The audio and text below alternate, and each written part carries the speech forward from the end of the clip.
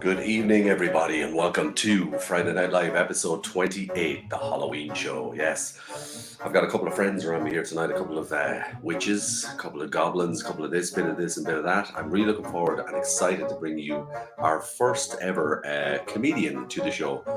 And one hell of a comedian he is, Mr. Joe Rooney, who we're going to talk to in a minute. You will know him, of course, from Father Ted and Killing the Scully, but there's lots more to him than meets the eye than that stuff. So, looking forward to that. And then, of course, tonight we have Featherbed Band, the Featherbed Band, which is, of course, Jill Hales Barnes, who was on before me, along with Stuart. Both of them are going to be doing a double interview tonight, which is going to be pretty awesome. And then our poetry corner later on will be Leslie O'Brien, coming from Glasgow in Scotland. So I'm looking forward to that. But we're going to kick on because we're running a little bit behind, but not too much. It's all good. I'm going to go straight to Joe and have a chat with him and check out what he's at. From what I can gather, he's backstage, which is pretty cool. So I'm looking forward to that. So I'm going to just go straight to him and get into the chat. Mr. Joe Rooney. How are you? How's the crack? All right? I'm good. How are you, Joe? Good, yeah. Just after doing a set in the International Bar. That's where I am. I'm on the step of the famous International Bar. That goes up to the ladies' toilet there. I know that stairs. Now, not because it's up to the ladies, okay? I just know that stairs really well, all right? Really well. And I might have been hanging around a couple of doors there back in the day. No, not anymore. I can't do it. But, well, this is literally where the comedians hang out before they go on stage. This is backstage. Wow. Well, listen, thanks a million, Joe. Thanks for giving us your time on Friday Night Live. Really appreciate it. You are, no problem. You are the first comedian, my friend, the first one, and I've been looking for a comedian for a long, long time. And no better man than yourself. I've been asking you for a while, so I really appreciate it. All right. Tell me this and tell me more. Get into the whole background stuff. I know you might be hard to hear me there, I'm not sure, but no, I'm fine. The obvious thing to kick off would be Father Ted, okay?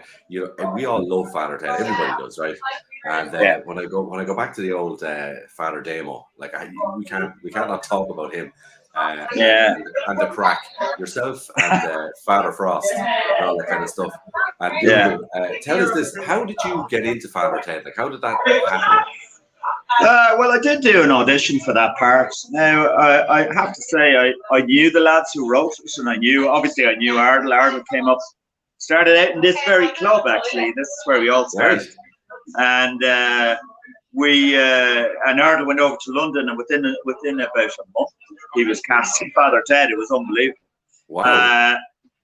Then I didn't move to London, but I was going over to London doing small gigs, just starting out doing stand-up. Sorry. And there they are. They're going off to the toilet.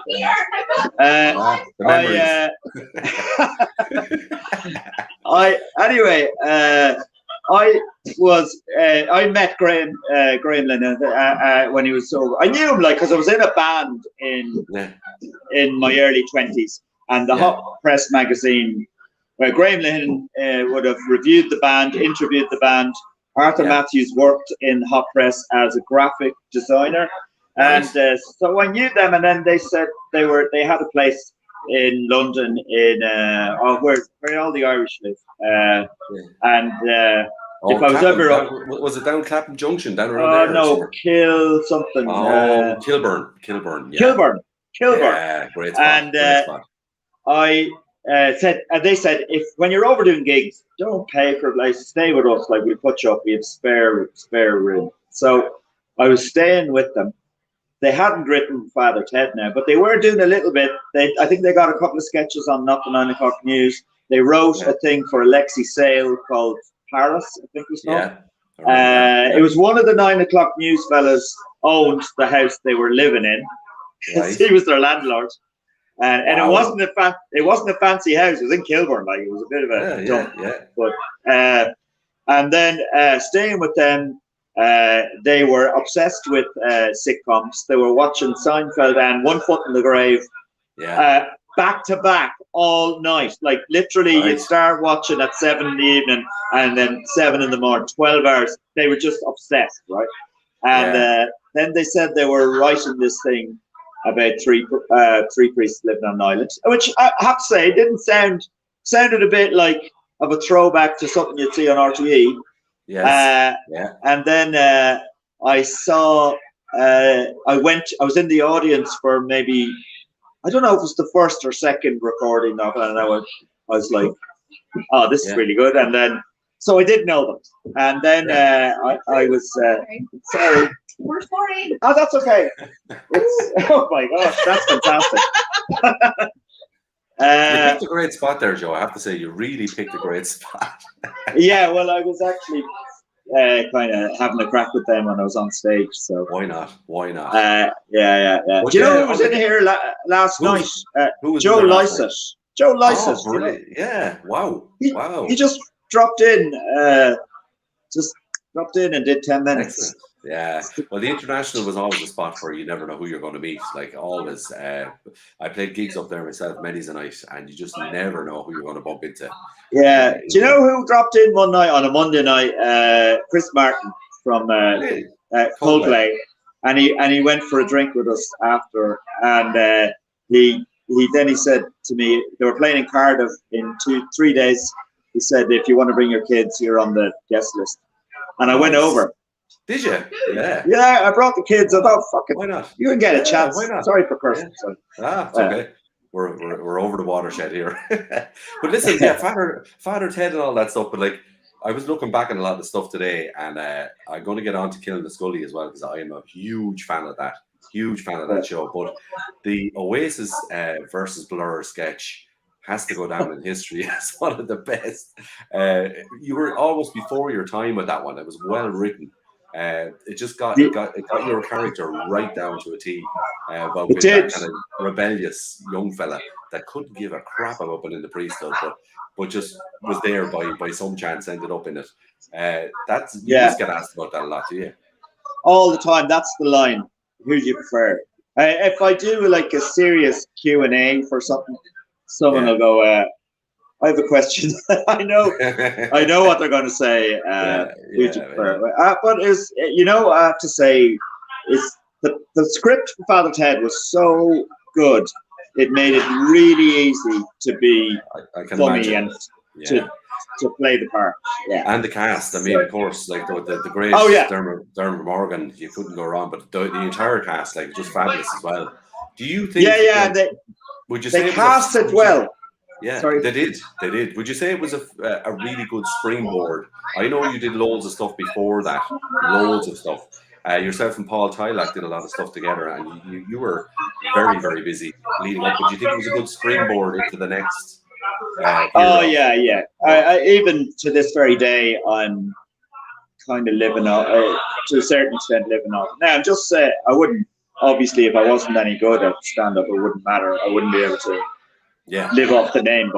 But like, I'm, for example, like, I think the next Sunday, I'm doing a thing in Birmingham at a TV festival where I'm doing a Q&A about Father Ted and doing stand-up afterwards, and I'm doing a few theatres over in so I'm doing a Christmas show with Owen McLove or Patrick McDonald in Dublin, where it's called a Craggy Christmas. I love it. We're over at the Ted Fest in next February. Myself and Patrick, to be honest, do a lot of work together, connected with Father Ted. Yeah, I'm over in Dubai in 3 weeks doing a Father Ted show. It's unbelievable, isn't it? Like, how global. Like, when you were doing that, I don't know. You couldn't have foreseen the absolute hugeness of it that it is now. Like, I did. There's no way I thought I'd be doing. I thought it was a job and a really good job at that. But whether I didn't think it would still be talking about it now, and I, quite honest, didn't realize how great it was at the time. You know what I mean? I can see now. I think that we, the viewers, realized it before you guys may have, because I know I used to tune in every week, and we used to actually, like back in the 90s, you'd meet up for a couple of cans to watch Father Yeah. Ted, and it was like going out to the pub. It was, you meet up and have a few cans and watch Father Ted, and then go out to the pub. You know what I mean? It was totally religious in its own way. It was a weekly thing. But moving on from that, like, even right, moving on from Father Ted, like, Killing a Scully, right, to me is just very, very unique. There's something about that, and it's actually only up the road from me here. Like, I'm in Castleconnell here in Limerick, so it's only up the road in Ballynahinch, and I'm very familiar with the area, pubs and all that.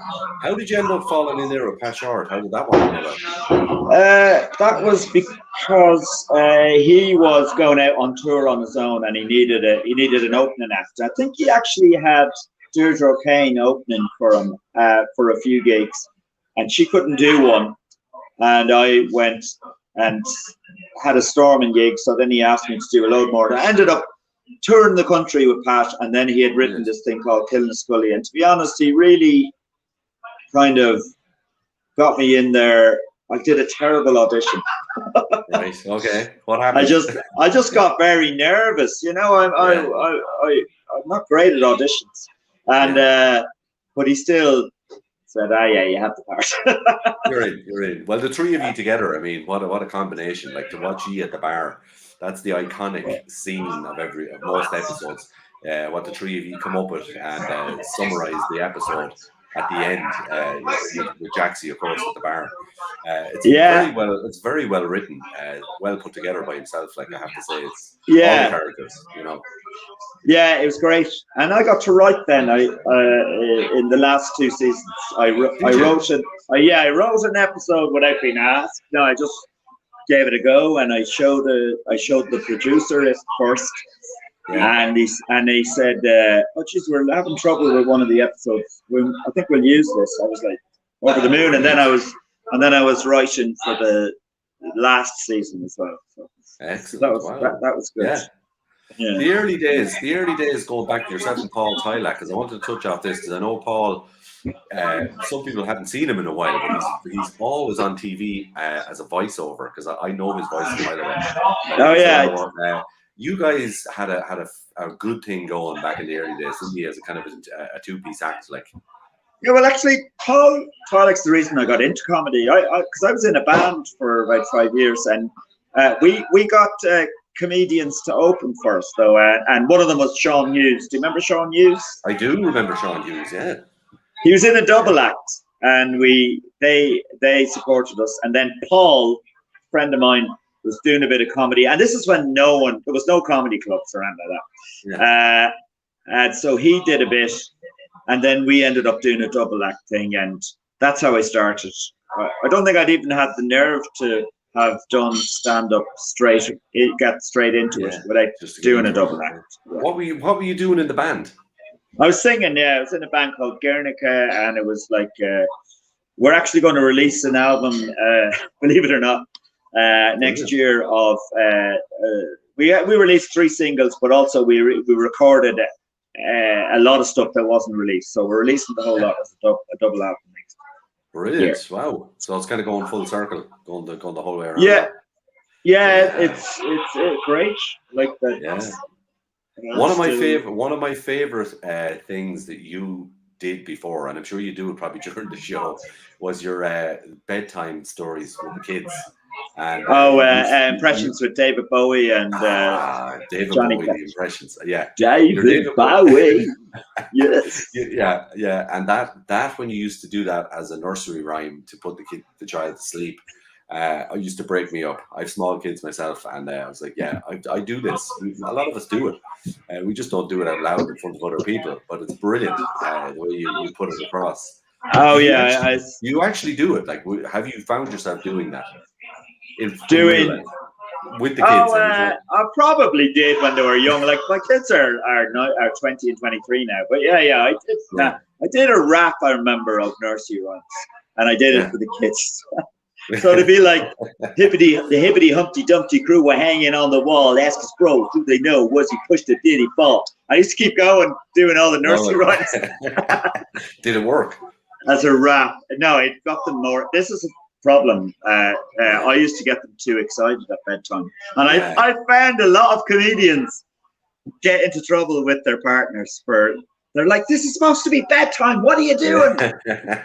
Completely inappropriate. Wrong time, wrong place. Yeah. You're getting them excited again. Yeah. Well, listen, come here. Tell me, what is the plan now? I know we've all been in this ridiculous lockdown and all that, but what is the plan now emerging? You're there. You've just done a gig, which is great to see. Are you gonna kind of get the whole tour up and running now? Is that the plan? You get more? Well, at the moment they're coming thick and fast. The gigs, it's quite amazing. It really has kicked right. Like I did 2 last night, one in Caricature and one near Ballyhonus. So it's all over the place. Wow. Got back in at 4 in the morning. I was with Pat Short actually in Caricature. Yeah. And I'm definitely touring the UK with this thing called A Celebration of Father Ted, which is show the episode, do a Q&A, and then do 50 minutes of stand-up afterwards. I saw that. I saw that, and I think it's cool. I think it's a great idea to do that. Will you bring it to Ireland? Will you do it here at all? I will. I'll see how it goes first over there, and maybe. Yeah. They love that kind of stuff over in the UK. A lot of the people who were in sitcoms tour and talk about the sitcom. I don't think it's a thing here, but it's a big thing. Like you'd have people from Phoenix Nights and people from they do that, or they might do a talk about it or a quiz about the show. You know, all this. Wow. All over the UK. It's kind of it's like a cult sort of following, isn't it? It's like you've got that core audience. Well, the people who came to the gigs in the UK stay in touch then, and they really are hardcore fans. They're like Trekkies for Star Trek, or they're Ted heads. I suppose you call them Ted heads. Yeah. So I'll do that, but I started college in DCU, believe it or not, at my age. So you're back now. Are you back in college? Well, I was there. It's actually in college. Yeah, we're actually in college. So I'm studying multimedia, and I love it. Like, and I'm doing sound production and photography, video, and editing. So I'm loving that. So hopefully that would lead to something. I want to direct a film. I have a script, and I want to direct it. Brilliant. So that could be something in a couple of years' time. Yeah, as we go through it, I think I'll be producing stuff. But at the end of it, it's really good. I love it. Yeah. Lovely, brilliant. Yeah, expanding all the time. Come here. I wanted to ask you a role that I stumbled upon today was yourself as Adolf Hitler, stuck in a bunker with Eva Braun, and Dewey going at it like towards the end of his career. And I thought, wow, that's a risky yet very funny angle to go for. Yeah, well, the thing about it, what it is, it's like they're a normal couple. Sorry. And that's grand stuff. And and obviously things haven't gone well. So, God, that was some view there you go. Joe, I need to tell you, the replay is going to be good. I might have to, I might have to use some editing skills on this myself. The Zoom, of course, I'll be using firstly, and then we'll take it from there. But no, I love that. I loved some of the scenes I was watching there, and you are quite convincing as Adolf Hitler, even though it is. Thanks very much. I kind of copied the Adolf from Downfall, that German film. I was thinking you were going for something like that. Yes. Yeah, but there is a serious side too. Like there is a serious side, in fairness. Like you've done stuff with Red Rock and stuff like that as well. And I did a character on that. I did a character on a film called South, who's a dad in South, dies of a heart attack. Yeah. I did a film that was I think it's on Sky box office now, called Poster Boys. Brilliant. Yeah. Like that side of you is very, very intense and good at the serious stuff. Like thanks very much. No, like when I look at it, of course, I always think of the funny stuff because we know you here in Ireland and we love you here. We know what you do, but I've looked at some of the stuff during the week and it's like, wow, this is a whole other side to Joe Rooney I didn't know. But you know what? My daughter says I look too serious. I have basically resting bitch face. Resting bitch face. I love that. When I'm, I have this friend. I didn't realize. Now I notice it actually. Yeah, I kind of What is that? intimidate. What is that? I don't think I'm frowning. Like, for example, the other night I ordered an Indian and I went in to collect it. Then she told me the price, Right. and then I just nodded, and then she started totting up the price again, and I totting it up again, and I was going, "Why are you doing that?" She said, "You looked really angry when I told you the price." I was like, "No, I'm fine with it. I'm fine with it." Okay, I get it now. I like that. Yeah, some people have that, don't they? That natural sort of thing about the frown, or you kind of just look that way, like you're intense or something. I'm just thinking. That's all. Yeah. Well, it works. It works in your mainstream serious roles that I watch during the week. It really does. Do you think you do much more of that? Would you keep? Yeah, there's a film coming up next. Yeah. Next year, I'm doing a film called Dublin Crust about a punk band getting back together, and that's a brilliant script. So I'm really looking. So I'm a real. That sounds good.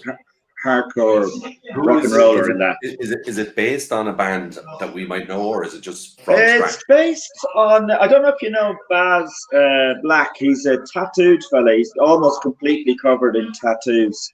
He was on the Tommy Tiernan show, actually. Yes, I remember who you're talking about now. His whole body and all around, just his face is nuts.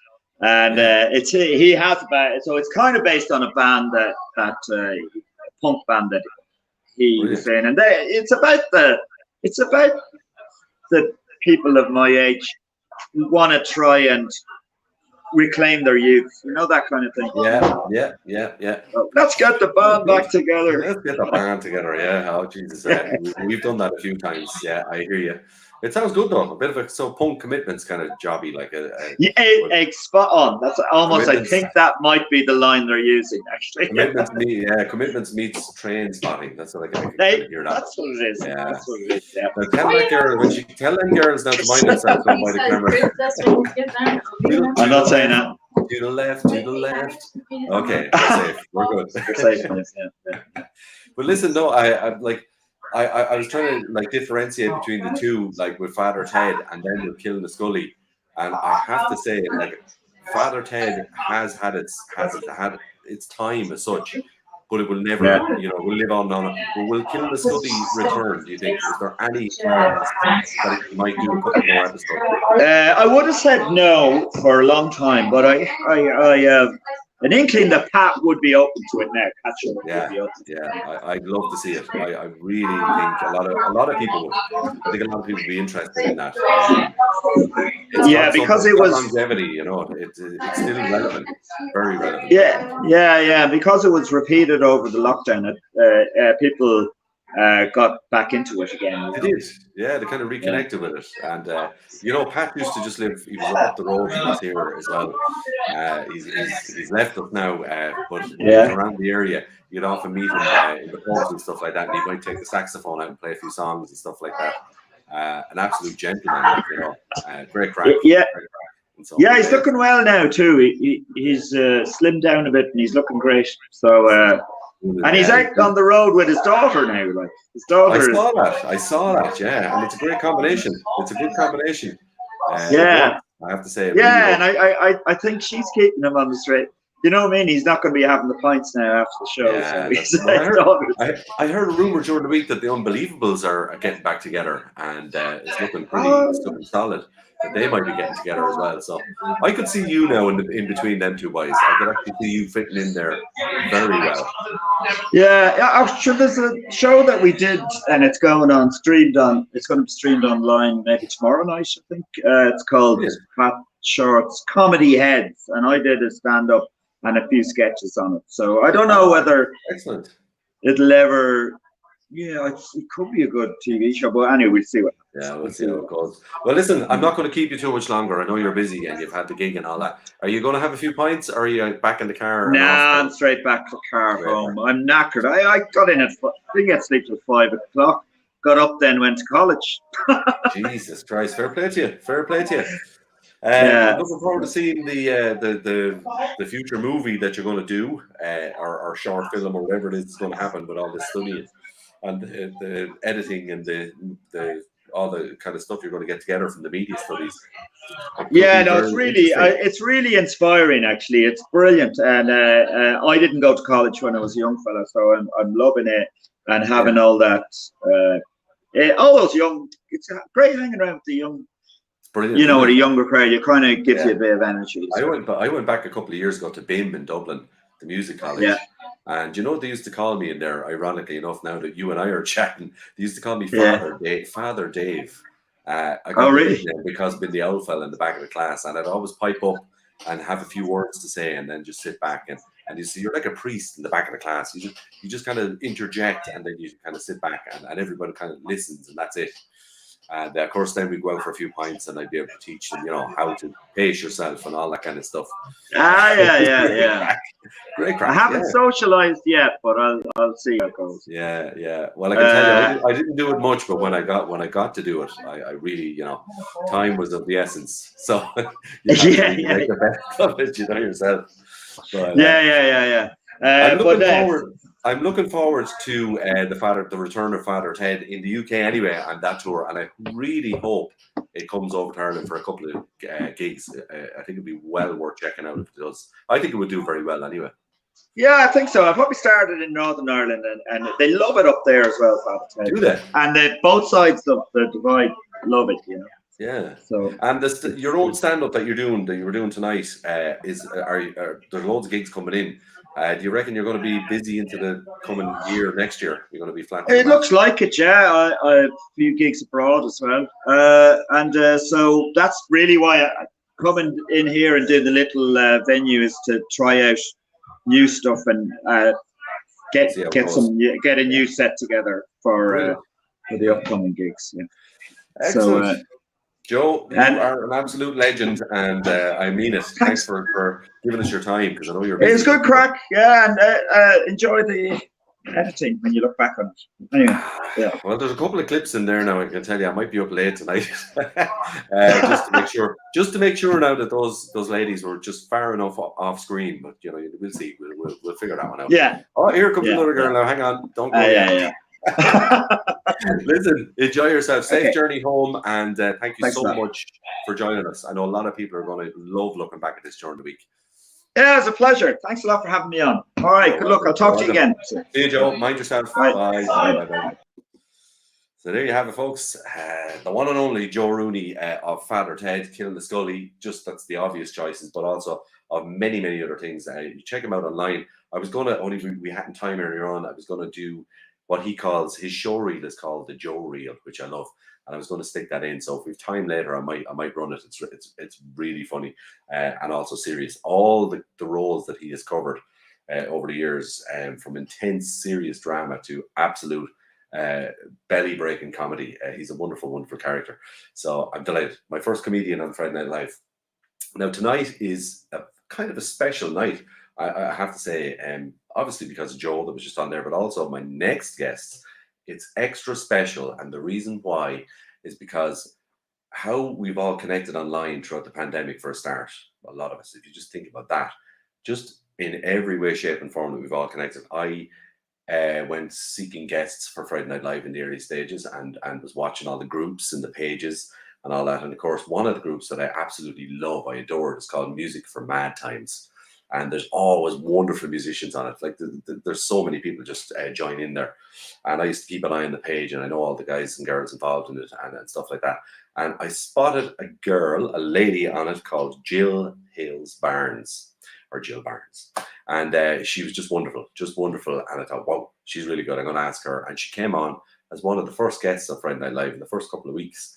And then that developed on into something completely nuts in a great way. She joined forces with a guy from Ireland here called Stuart Kenny, and they started to do kind of duets online and stuff like that. And I started to keep an eye on it as it was getting more and more popular, and it got very popular very, very quickly. And they became Featherbed, which is the band now, which culminated in a really cool performance here in Ireland, where Jill came to Ireland, travelled all the way from the States to Ireland to meet with Stuart and a band, and they played in Kildare, in County Kildare. And I watched it live myself. I sat back here at home, had a couple of beers, and watched it. It was just so exciting to watch because it was a real life, wonderful story from the internet, and the music and what we're all doing in our lives and different things like that. So I'm going to give you a little snippet first of a song that they wrote together called "Did You Cry Last Night," which I love. I really do like this. And what I'm going to do is give you an idea visually and audibly what the guys look and sound like. And then we've got the two of them here. So our first double interview, both guys, we're going to get them on together. So here we go. Check this out. This is really cool. This is Featherbed.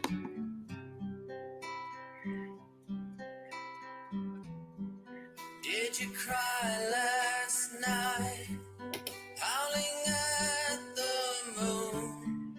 Did you cry last night, or sometime in the afternoon? Did you cry at all? Did you cry at all? Did you walk the floor till your feet were sore? Did you walk the floor somewhere you've never been before? Did you walk the floor? Did you walk the floor? Maybe you can understand why broken hearts have got to learn to smile again.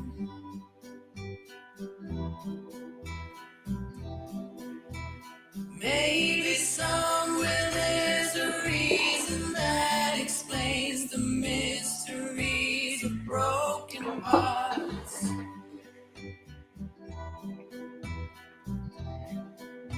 But smiles and reason don't go hand in hand. It wouldn't even work in Never, Never Land. So I cried last night,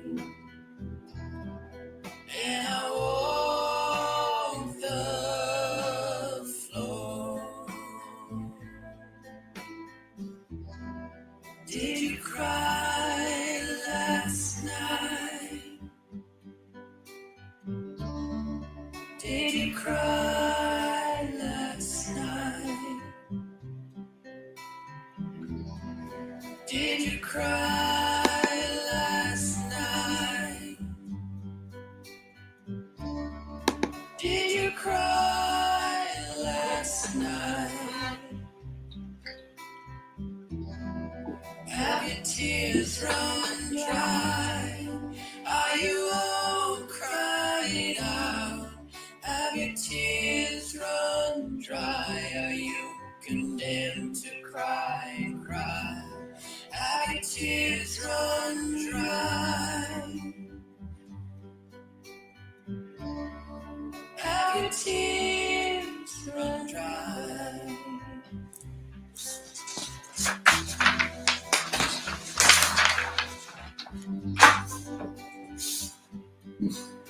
Do it, Jill. Is there a part I'm supposed to be doing after that? Yeah, that of course. What a wonderful song! What a wonderful song! Did you cry last night? And our first double interview. Hope this all goes well technologically, but it should. Is of course Stuart and Jill who are here. So we'll start off with Stuart and bring you in. How are you doing, my friend? How are you doing? How are you? It is great to have you on Friday Night Live, Stuart, because we all know Jill. Do you know what? We leave her there for a minute. She'll be grand. I wouldn't do that to you, Jill. I just wanted to ask you briefly, first, Stuart, because you haven't been on Friday Night Live before. What a journey. Could you ever imagine in your wildest dreams that this was going to kind of happen from online? No, it was just covers. We were just doing covers for fun. I didn't know we'd get to this stage at all. It's bizarre. Yeah.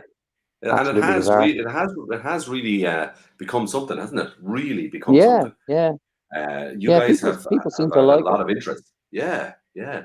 Yeah, I watched it. I watched it from the early stages, like when you were just you were doing kind of like schmool videos and different things yeah, like that, and your duets and stuff. I was like, this is cool, and a lot of people have mm, done that, and it's been it's been yeah, good. But when you two were doing it, I have to say, go, yeah, there's something different here now. yeah, There's something developing here. You know what I mean? Which is quite yeah. cool. But how did the journey, like for you, like how did you meet Jill? And then I'll bring her in. Then she can tell her side of the story. Um, it just from being on the Music for Mad Times page, I just saw some of the songs she was putting up, and I think she reached out to me first about doing a cover of Poison and Wine song, and Yes. we just started talking. Then I seen her doing Featherbed Landing, and I think she's seen me do a song called Jenny, and we just Yeah. said, why don't we maybe write something together? And it just kind of Together. Yeah. progressed from there, really. You know? Yeah. Featherbed Landing, of course. What a tune. That obviously Oh, that is great that where tune, you got that's the inspiration for the name. Is it that's where it came from? yeah, I think she lived in a place called Featherbed Lane in Virginia. Right. And we're mulling over titles for the name of what we'd call ourselves, and I think we just decided, why don't we just call it Featherbed? And Yeah. it kind of stuck quite quickly, and It just and stuck. it Yeah. worked. So Yeah, so, cool. And but that Smule app was great. yeah, Sorry, no, you the Smule app yourself was great. It was ideal for for the the duets. being able to practice songs. It's great. It's a great tool for that. With us being It so far is. apart, yeah. Yeah. It is great. It is actually. Mm. Are you yourself, like, you're gigging away again? Are you back at the gigs now, Yeah, or how are yeah. things? I started back about 2 or 3 weeks ago. I had a gig the Brilliant. week before Jill came over, so I've been doing tour. I've done about two or three since. So it's Brilliant. kind of Things places are starting to open up a bit more now. So good. which is great. Yeah. It was kind of worrying, Stuart, wasn't it, for a while there, that things were It like was, going to yeah, really freeze for us musicians. There was nothing going to happen for a while. yeah. It Yeah. was it was it was scary. I like for there is people out there, obviously musicians that are full-time musicians, which would be difficult for them. But I have a daytime job, so I wasn't terrified. You know what I mean? But Panicking as like such. my Yeah. Yeah. yeah, not too much. But the come Yeah. down from the come down from like gigging in Kildare to the following week singing Brown Eyed Girl again, though, wasn't great. I'm not gonna lie to you. Back Back to the to structure, reality. yeah. Oh, Brown Eyed Girl has been sang Oh, many, many times. Wagon Wheel is I another one. know. I Oh, refuse to do that, Stuart, live. I so do just I. won't do it. Yeah, thank you very much. I I will always not tell do them it. I don't know it. I, yeah, I almost got run out of a venue in Port one night for refusing to sing it. But hey, that's my thing. That's my thing. Well, listen, There is a, there let's is bring. there is a few. There is a few. There's a few that should never be touched. Yeah. 500 miles is another one. Oh my God! When I think of that, yeah, Jesus, I have done that Oh, now because we had to. But you know what I find 500 yeah. miles is great for? It's like a time filler. So if you're stuck for Well, yeah. a couple of minutes, just keep doing it. Yeah, you Just can do it keep for it like going and going and 15 going. minutes. It's like Hey Keep it going. Jude with the ending of Hey Jude. You can just keep it Yeah, going with Hey yeah, Jude too. yeah. It's true. It's true. Well, listen. Yeah, Let's bring Jill. Let's bring Jill in and have a chat with both of you and talk yeah. about everything. There she is now. Oh Hello. Welcome. Tell us this. Are you back in the land of the United States of America? no! Yes. Oh my goodness, the jet Finally. lag was awful. It I was can awful. imagine. Well, I was watching your travels during the week because every time something came up on my feed on Facebook, you were either in Venice or Amsterdam or somewhere. You were somewhere anyway across the continent. Having been in Ireland and done the gig, you must have had a wonderful time traveling across Europe. Oh, it was great. It was the first time I've ever been out of my country, actually. So my Really? sister-in-law, when we were booking this gig, we were like, let's do this. Let's go live. And so she kind of encouraged us to go to other countries while we were there, because she said the jet Yeah. lag is so bad. It's if you're in Europe, maybe bounce around a little bit and Yeah. And check it utilize. all out.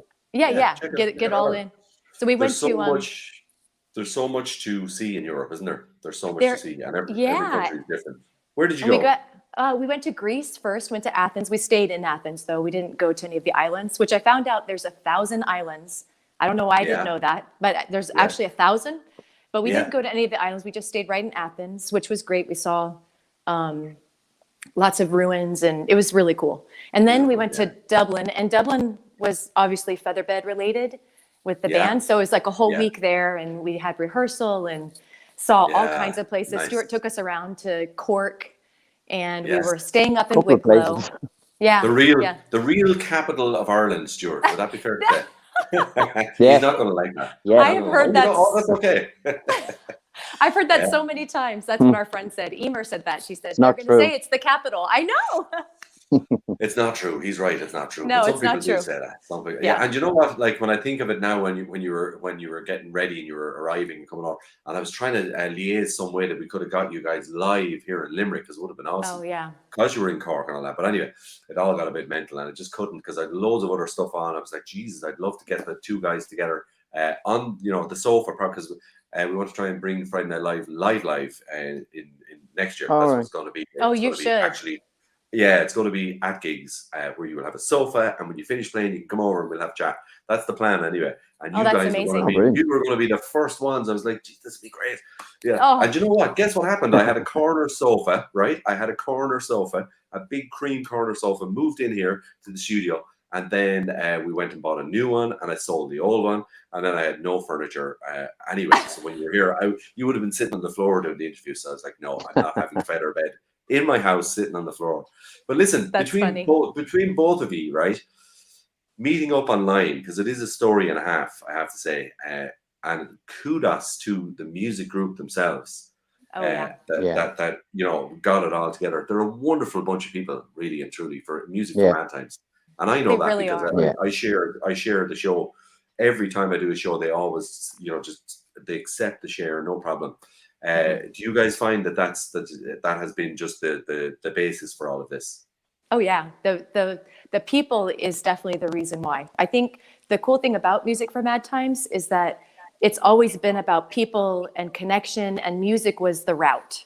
So when we're all just doing covers and just collaborating with the Smule app and connecting and gaining friendships and cheering each other on, it just became like this really comfortable platform where everybody was sharing together. It just was so natural, and everyone's so nice. I don't think you're allowed to say a mean word on the group. I don't think you're allowed to say anything negative.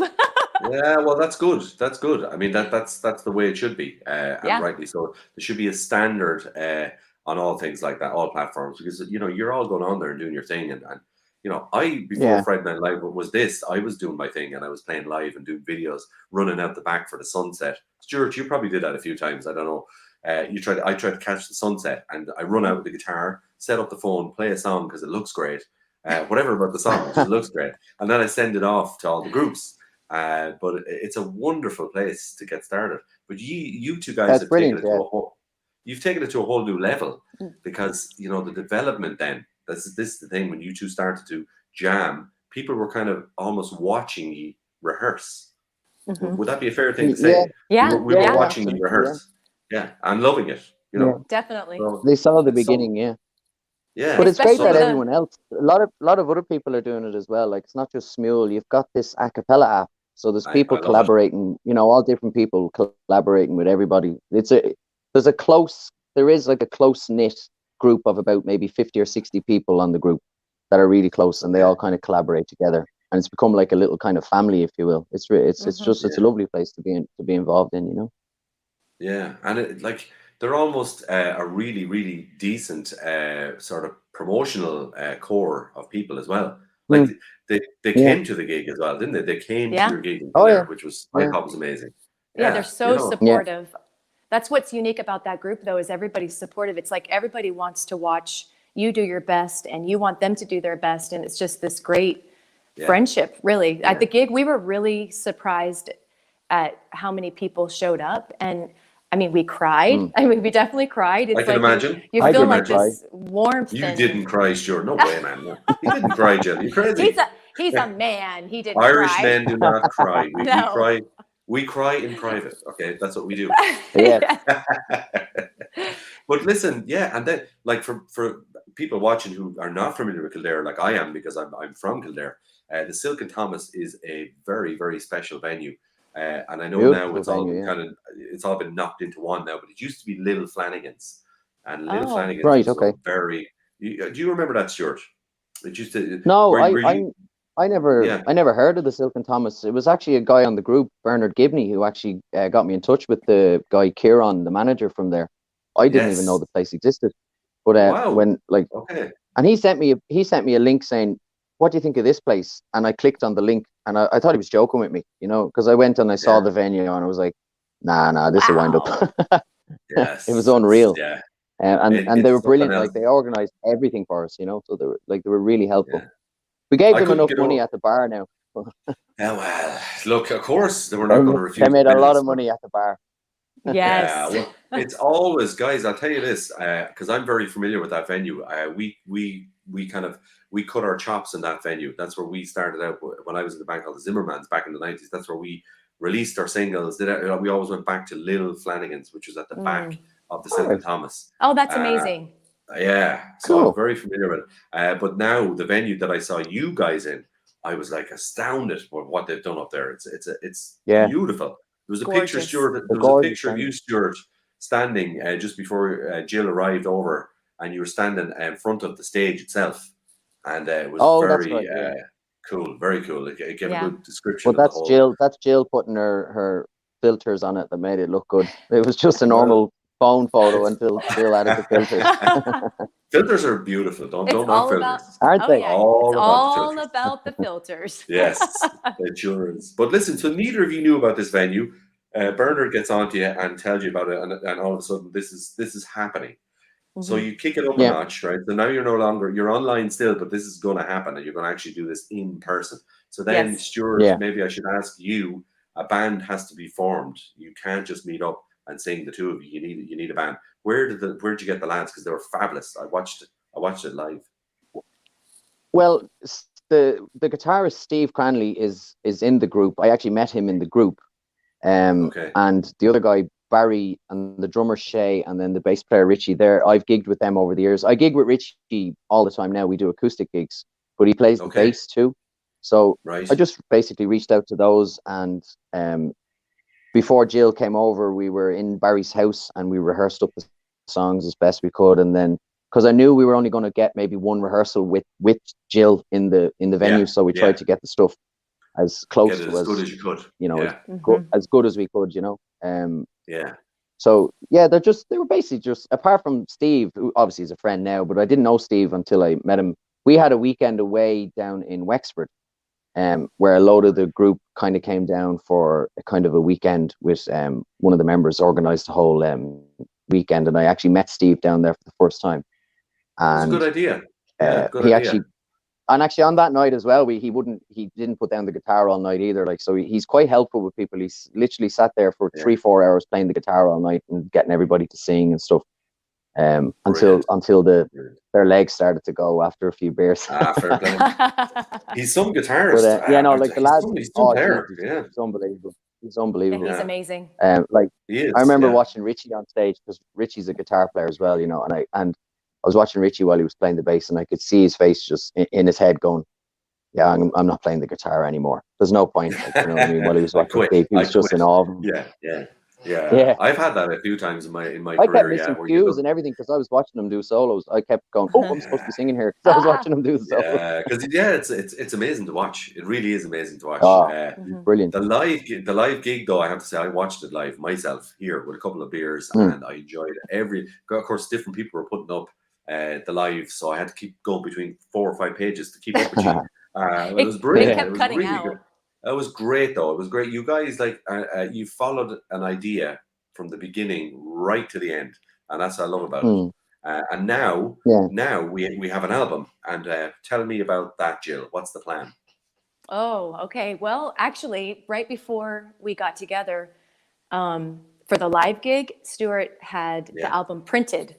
So Okay. we have the album's printed now, which is great. Ready It's to super go, fun. yeah. Do you have it? Oh, I knew he was going to do that. There it Put is. that. Show us again, Stuart. That's we need to see it. We need to see it. This is really, really important. There There we it go. is. It's, So where can we get it? Where can people that are online now get it? That might want a copy like that, but want the real deal. Oh, a In hard my copy. room. He's gonna have. Yeah, you have to text Stuart, that I man like right it. there. Is there a kind of an order process that people could get one? Well, Simple, it's even actually post or my mother's very good at all this. She sold 5 of them for me before the gig. So what Fair the way play she to her. do it? She basically got them to send Their their address. details onto their Yeah. onto her messenger, and then she posted it off through Messenger. And I think they paid for the CD through Revolut or something like that. PayPal, Revolut, So all that stuff. Yeah. right, PayPal, all that kind of stuff. Yeah. So maybe So I think they that's should, good. if anybody Yeah. wants a hard copy, because it's on Spotify and iTunes and Amazon Music and blah blah blah. Yeah. But if you Yeah. want a hard copy, maybe just message Stuart Kenny, and then he can Yeah. get it off to his mom, and she can ship it off. I like it. That's Yeah. good business, Stuart. That's good business. These are She bought It's all the big- Jiffy bags also. yeah. Lads, she was ready for this. She was ready for this to Yeah. kick off. You know, there's some people do like to get. She probably wanted like a cut. That's why. there's going to be commission. There is definitely going to be commission. She's a real I Irish know mammy, that. Jill. Jill, that's an Yeah, Irish she mammy, by the way. That's Oh, yeah. exactly how to do it. But it's called Only Still Fools. Tell Mhm. me about the Yeah. name. How did that come about? I like it. It's cool. Where did Oh, that come from? Well, Stuart's dad wrote this song a long time ago called Only Still Fools. And it was Okay. one of the early songs that we had collaborated on. Like, oh, here's an idea. Let's try this one. And I Yeah. loved it. And I thought, oh my goodness, that title is so unique. Nobody ever says Only Still Fools. You could say Only Fools or Still Yeah. Fools or Only whatever. But the Still, Only yeah. Still Fools was such a catchy, unique, interesting name. And I loved the track. And it was before we had written more and had come up with everything that was going to be on the album. But Yeah. I just thought that that name was like a really, really good name. So I asked him, like, what if we just had that be the title track? And he agreed to it. Yeah, it's good. I Totally. like it. It's very catchy. Okay. It It's is catchy. Yeah, I agree. I Yeah, think it's really catchy. I just love the song too. Yeah.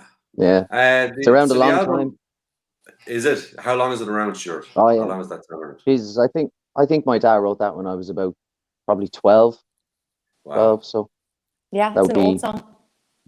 It's It was 20 nice over 20 for- years old, It was yeah. nice for him. It was obviously nice for him to be involved as well. Hmm. You he know, actually said that to me recently. He actually, when he was talking about the album, he actually said he was delighted, and that we titled the album "Only Still Fools." It's mad that he only told me last week because the album's been out a year, so he mustn't have listened to it. There you go. Has it been out a year? It has Yeah, actually. yeah. We released Oh my it God. last. I think it was Wow. wasn't it the first or second week in November?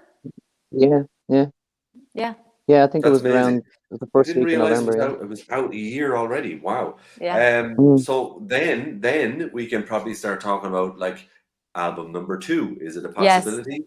Yes. Jill is in there. Yeah, Yeah. Brilliant. that's in Are the you, process. are you working on it now? Yeah, we've about maybe 4 tracks left to record, Brilliant. and a few bits and bobs here and there. But But yeah, but it's we nearly know there. which songs. Yeah, it is. We're kind of in that Hmm. home stretch of it. We know which songs are in it. We've pretty well recorded all of them except for those 4, and they're in progress. Like they're happening now. Brilliant. Yeah. Yeah. What is And what is the process? Like I'm familiar with doing some remote recording and stuff like that myself, but like what is the best way for you guys? Not the fastest way, but the best for quality. How do you get the recordings? Like what do you use, say, between Ireland and the US? What's the handiest way? To Well, do on the second album, we've actually used Steve Cranley quite a bit. He's done a lot of recording for us, and then I would do Yeah. probably a bit here as well. And basically, Yeah. the process is that I will basically get Steve will send me the track, and then I will mix it here, put my Yeah. vocal down, and then I will send Jill's producer Mark Baker. I will send him Yeah. the track, and then Jill will do her vocal there, and then I'll get the WAV file of her vocals back to me. It's a long process, but it Yeah. works well. So I works well. Jill's isolated vocal Yeah. tracks, and then I mix them all here, and then I Brilliant. send it to Jill, and then she tells me all the changes she wants. Of course. Of No. course. Yes. No. I'm only joking. I'm only Yeah. joking. But you have, but it's fascinating to hear that you like, and it's good to hear. So you've got like a producer each side of the waters. Mhm. So there's a producer each Yeah. end, kind of going, yeah, well, like let's do ABC here, which makes it really, sort of perfect pitch the whole way, doesn't it? It Yeah, does. It yeah. actually makes it a really smooth process because most of it's done at Stuart's house. Like he'll work with Steve Cranley, they'll record the bones of the song, like how we want it to be, and then Stuart does his Yeah. vocals. And then once it gets to me with Mark Baker, it's kind of the finishing touch. It's like, okay, Jill, add your vocals now. and then Yes. I'll add Mm. it. And at that point, he mixes and it's done. So it's like the most of it is done over there, and then I Yeah. add my part, and then it's mixed again. And occasionally, we'll have Mark add some things like strings and different stuff to a track. But for the most part, Stuart produces almost all of them, and then with Steve as Yeah. well on the guitar and things like that. Like I'm really Yeah. excited about the new ones where Steve is playing on it. Excellent. Yeah. So he and like, is this album going to be more full band, as in more kind of full on sound? Is it going to be kind of Yeah, Yeah. they're fairly well produced, all right. Yeah, like I don't like too much. I think Jill would be the same. I don't like stuff to be overproduced, but it's Yeah. still in keeping with our kind of genre, like, you know, like kind of that folk singer songwritery kind of style. yes? Um, Yeah. so It's as I say, we're important just to stay true yeah, to it. yeah. Yeah. Jill Yeah. played a bit Because of piano on this one as well. Yeah, Actually, did on the last one too. Actually. Oh yeah, you're right. Nice. I forgot about that. I did do some recording at Mark's on I Can't Lie and Featherbed Landing and Wounded Heart. I played the piano and the ukulele. So I do some of the instruments, but Is there's got, please tell me there's ukulele on this album. There better be. actually I don't Not at the moment. you know no. what? I don't think there is. Oh but my you know God. what? Okay, I I think- need to get onto these two producers, and we need to like earn out some ukulele here, okay? Because it's Okay. very important. I'm having an Uh, idea. I think right now we Yeah. need to decide that we write one more song that has ukulele. Yes. I So think we'll you have should to add do- one Okay, more you- in. Even if it means Okay, just that's like good. a sort of an outro at the end of the album that just goes out for a Yeah. minute and Yeah. a half. Just try to get that in there. And Let's do I don't want the credit, okay? I don't want my name on the sleeve or anything. All right, you just do it. Nah, it's Featherbed kind of Landing reprise. Yeah. it's kind of well, to me, you see, watching you guys and everything, like the ukulele is a kind of signature thing with you, from what I see, anyway. And I know on the night, Yeah. you got a loan of a ukulele that night, Jill. Which is Yes. wonderful. Who gave Oh, who gave you the ukulele? Oh, that was our friend in the group Music for Mad Times. His name is Sean Mailer, Yes, and he's amazing. He's the sweetest man alive. he is indeed. I'm familiar with Sean through the group. Yeah. He was on TV, actually, would you believe?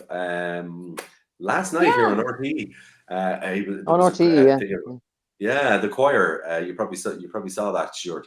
And Saw, there he yeah, was. I saw him on Yeah. it last week. Yeah.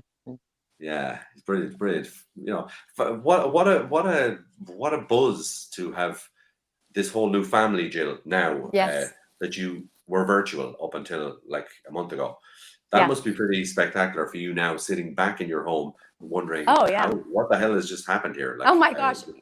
Yeah, you should have seen me when Yeah. I came back. It was like 3 days of like, I want my family back. I cried. I did again. I Yeah, cried again. yeah, But I was yeah. like, I want to go back. But I have to say, my sister-in-law came with me, Elizabeth, and my brother and my husband, and we Yeah. all flew out there. And it was the first time they were meeting all these people too. And obviously they're a little bit nervous, like, Yeah. will they like us? And they didn't seem terribly nervous. Yeah. But all I'm gonna say is the people loved them immediately, just as much as they loved me. Like everybody swooped them up and loved them. And Elizabeth even said, we went to the restroom after being at the pub, Yeah. meeting some extra friends. And we went up to the restroom and she goes, Jill, I can see why you love these people so much. Your friends are amazing. Like she just had Lovely, to just let it lovely. out. Yeah. So Yeah, it's pretty obvious how great Yeah. these people are. And they do feel like family. Yeah.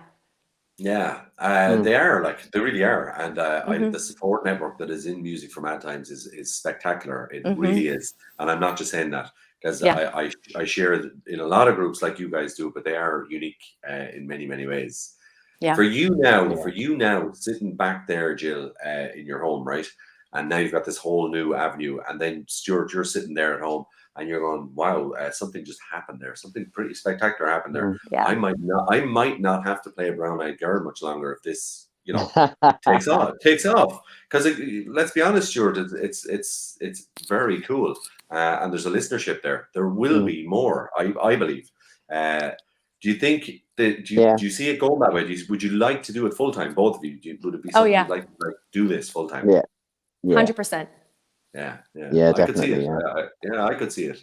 And the thing 'cause- is we've yeah. said from the very beginning, Stuart and I both said this from the very beginning, something just Yeah. feels really, really natural about it. Like the word I could use to Yeah. describe how natural is like I have felt zero fear, like no fear. It's just let's do this. It's Okay. all about the experience, and it feels Yeah. fearless. It feels natural. It feels smooth. Yeah. It just feels Yeah. right. And you know, as the watcher, as the viewer, I can spot that a mile away. You know, I just can spot it a mile away. And watching everything from you guys from the rehearsal stages, as Stuart said earlier on, people watched the beginnings, which is cool. I love it. You know, because you don't get to see that too often, and to see it develop right up to Yeah. where it is now. It is very natural, and it is very just right. You know. Yes. Yeah. Do you think, Stuart? And I wanted to ask you this. Do you think that you jump on a plane the next time and go there? To Well, I'm planning on going in Arizona, am I right, March or Jill? April. Arizona? Yeah. Arizona. Yeah. Yeah, Are you I'm gonna, planning are on you gonna going do it? maybe March or April. Yeah, I am. Yeah, 100%. Yeah. Yeah. Brilliant. Yeah. Are you going Yeah. to be playing gigs? Are you guys going to do a few gigs? It's I Jill's think turn to so. set up the band now. I knew he was going to say that. Yeah. It's your turn now, Jill. You've got to get the venue, the band, the catering, the beer. Okay, you've got a lot. Okay, so I will tell you one thing that did happen and it fell through, which is really a bummer. But in 2 weeks, I was asked to do this gig for, it's actually like a black tie event, like it's a fundraiser Cool. for mental Yeah. health awareness for this therapy group that tries to treat like high school students that struggle with depression. So they're trying to Okay. raise money. And so this lady asked me to do the music for the event, like be the entertainment. And Right, yeah. she asked me actually before COVID, and it hit right. It was supposed to happen right when COVID hit, but instead everything shut down. And then I joined Music for Mad Times. Well, fast forward, now we're able to do events. So she reached back out to me and said, "Hey, do you still want to do the event? We're going to do it in November." And I was like, "Sure." Well, since you last asked me, I have now developed this band called Featherbed, and my singing partner's in Ireland. Yeah. And then she listened to the album and she said, "Oh, I'd love to have it there." So we were going to have Featherbed do that. And I have a band here where I do cover gigs with. And Okay. they were all on board. They were so excited. They were like, "Yeah, let's do it." So we were going to have a Featherbed gig for this Okay. beautiful black tie event. And it's happening in 2 weeks. But Stuart's not able to come. So now it has to be a cover gig. But Right. I am going to Yeah. play some of the Featherbed songs that are applicable to the night, being Yeah. about mental health awareness and Yes. spreading Raise- courage yeah, and yeah. love and stuff. So we're still Yeah, going and to introduce utilize it. it. Well, And and that's the wonderful thing, isn't it? That you can work away doing that, and Stuart, you can work away and Mhm. put some Featherbed Yeah. songs into the set and keep spreading Yeah. the word. That's the Oh, yeah, wonderful yeah, thing, isn't yeah. it? You know. Yeah. Yeah. And as a covers act or a covers singer or band, because I've done it myself, there's always room for an original or two, and most people in the pubs don't Oh, yeah, really yeah, mind. yeah. I like You to know, throw they in don't- originals. Yeah. Yeah. Yeah, it's good. No, yeah, they I- don't mind doing one or two, but Yeah, Content. exactly. It's an avenue. But anyway, next March, Stuart's going to jump in the plane. He's going there. So hopefully, here. yes, it's going to be awesome, and to see what venue that Jill you're going to go and find, and what's going to happen. I'm sure it's going to be amazing. I'm sure it's going to be brilliant, and Yeah. the journey is continuing, and that's what I love about it. It's not just like, okay, you came to Kildare, cheers, great, we're done.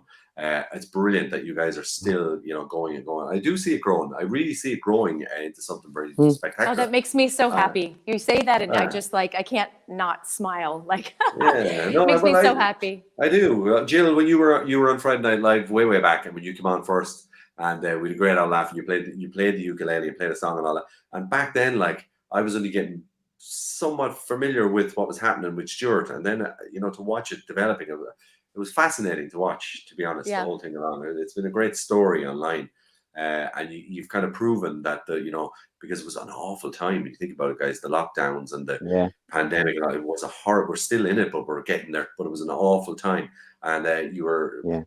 two of the most positive forces online doing what you were doing, and I mean that genuinely. Thank you. To watch it, it was brilliant. It really was, and I do wish you all the best. Thank you. In the future, you very because I know much. it's going to be fun. And at some point, maybe after you go to Arizona, and the next time Jill comes back over, I'll try to have a brand new sofa. Okay, I'm going big. A new sofa. I'm gonna go long. Okay, I'm gonna try and get a 5-seater corner sofa in Yes. like tan brown, like really like If proper. you get a Oh, very sofa, nice. if you get a sofa, we will sit our butts in that sofa. Okay. Deal. We'll show You up. got We'll it. show up. You got it. Well, listen, We would you were love saying to to. me earlier on, Jill, because I know unfortunately we're all together here, which is wonderful. We can't perform live, unfortunately, both of you. So, Jill, you were going to do something for us live, which I'm quite looking forward to. Well, I can if you want me to. Because of the delay and it's kind of weird for us to sing together. So I had the thought, if you have time for it, I could play a song that we're putting on the second album. That would be super. Do you think? That would Okay, be- okay. Yeah, I'll I have get time. it. Of course, I have time. Okay, I just Yeah, wasn't sure yeah. what your schedule was. Yeah. Well, Let we're me going. move No, this. we're going to kick back. Myself and Stuart are going to kick back and just bop to this one because Right. take a break, Stuart. You don't have to do anything. This is wonderful. Okay, it's a little bit of a well, I'll just preface with we're going to put it on the album because it has a really, really good message. And Yeah. I think Stuart and I both are big fans of if you're going to share something, you may as well Mm. lift someone or encourage someone Yeah. or, share like a good message. So the song has a really good message. And I wrote it back when Hurricane Harvey hit Texas Yeah. over here. And I noticed people in Arizona were just getting in their cars and just going to go help.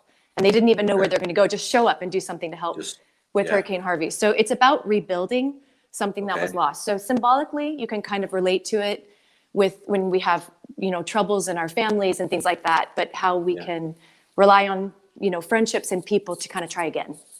Yeah. What's So- the name of the song, Jill? It's called All We've Known, and it's going to be on the second album once they produce it. So it's in Stuart's Okay. hand right now. So we are now getting a scoop here on Friday Night Live. See, I love a scoop. I love a scoop, lads. So in your own time, Jill, myself and Stuart are going to sit back and enjoy this one. Go for it. Okay, thank you.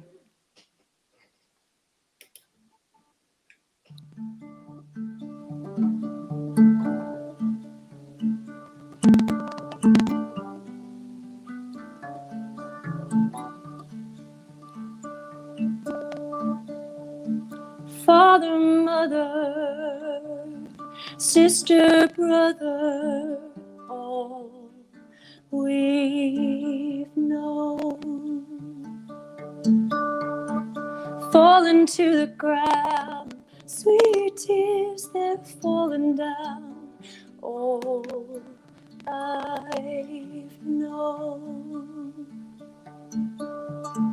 Home is where the heart is. Where can my heart be now that home is gone? All we've known. All we've known. Find a different place. Find some different faces. All is gone. Hold the memories. Hold them in this wounded heart. All is gone. All we've known. All I've known. Take my hand, build again.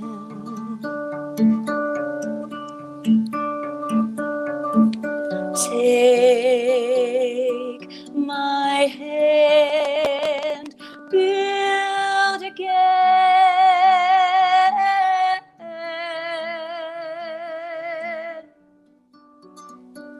Stronger land, stronger hands will build again. Home is where the heart is. Home is where the heart is. Home is where the heart is. Home is where the heart is. Take my hand, we'll build again.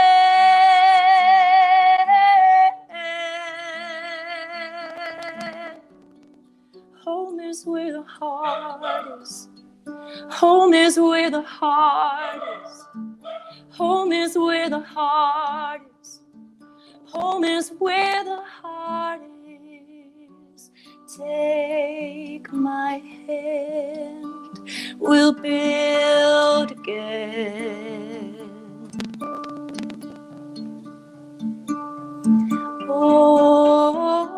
Oh, we've known. Oh, I've known.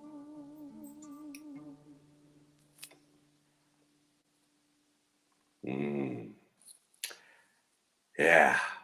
I think we are. Sorry, we just. I had to sit with that now for a second. You don't just come in guns a-blazing out. That is absolutely beautiful. Thank you. I'm glad you like Genuinely. it. Thank Whoa, you. that's really good. It's really good now, Jill. That's really good. You know, when I say that, I mean it. And that Yeah. is what, like, there's a lot going on there. There's a lot happening there. I could see the pictures, the images Yeah. of what you, and I wasn't there. I know nothing about it, but I could see it, feel it, everything. I'm so glad. Wow. Now go be Wow. some hands for somebody else. Pick them up. Yeah. Well, that's good. Yeah, it's a great message. What do you think, Stuart? Oh, it's amazing. Thank It is you. amazing, isn't it? I love Wow. that. I absolutely adore that song. Yeah.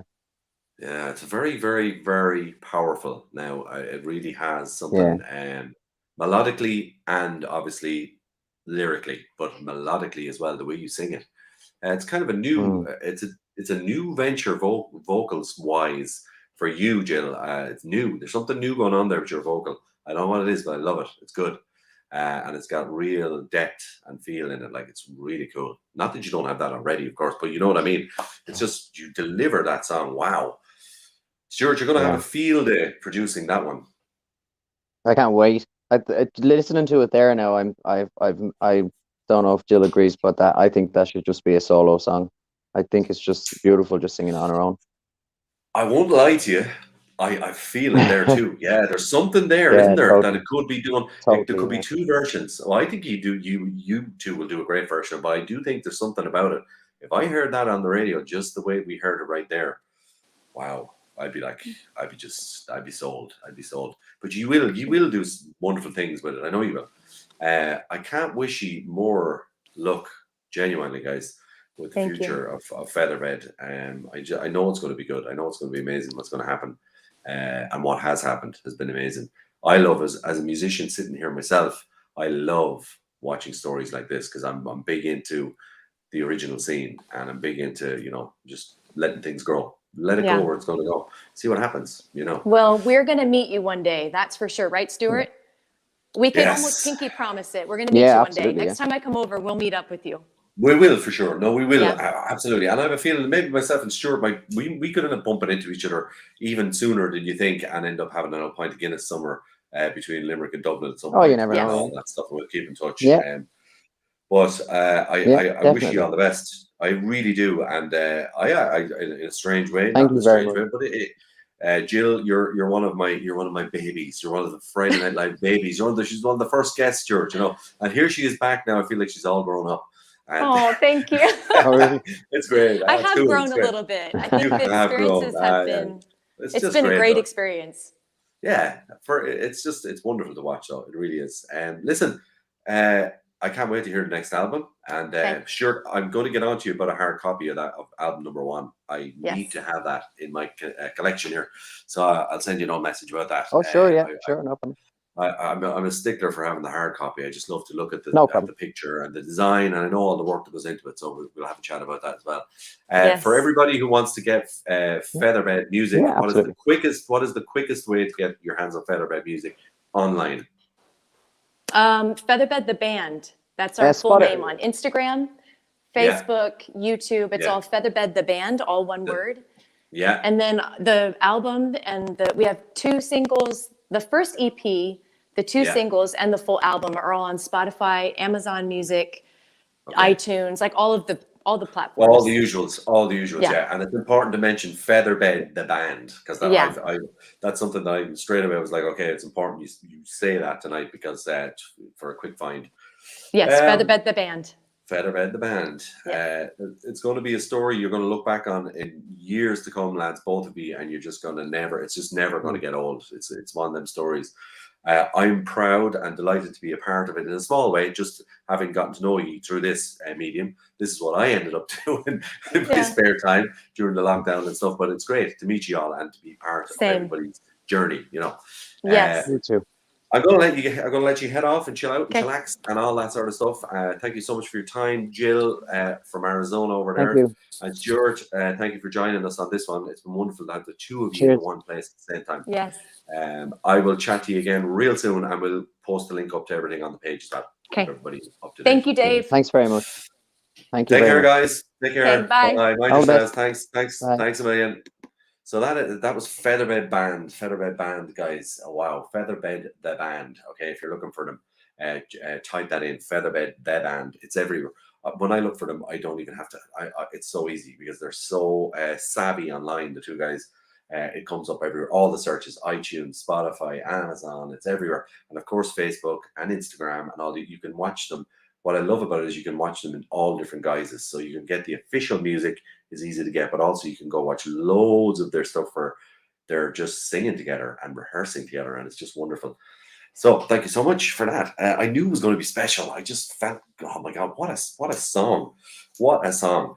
I forgot to introduce everybody to my friend here beside me. You're probably all looking and going, oh, who's this crazy girl here beside me? This is Gertrude, my friend Gertrude, the witch, the Halloween witch. I'm going to introduce her to you right now and see what you think. She's got a couple of things to say. Just have a listen to what she thinks. This is her take on Halloween.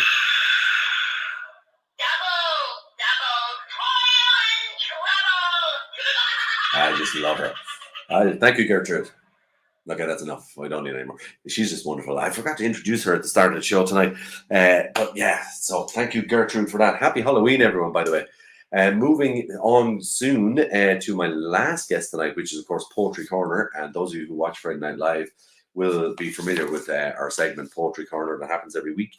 And this week, I'm delighted to be introducing a singer and a poet and a storyteller and many, many, many things from Glasgow. And her name, of course, is Leslie O'Brien. And Leslie is a wonderful, wonderful performer and person and all things. I was chatting to her during soundcheck earlier on, and we had a lovely chat.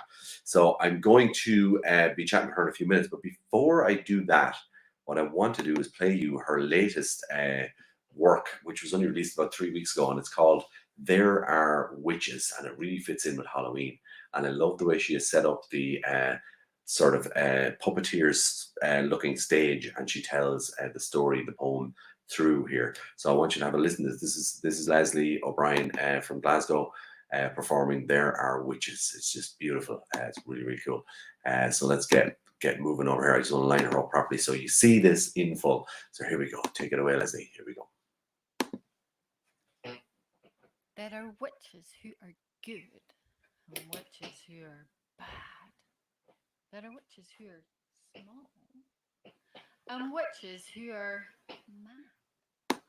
There are witches with big snitches and witches who wear breeches. There are witches with twitches and witches who are sad. There are witches who will bubble and witches who have stubble. There are witches and stitches get us all into trouble. There are witches who make smells and witches who make smells.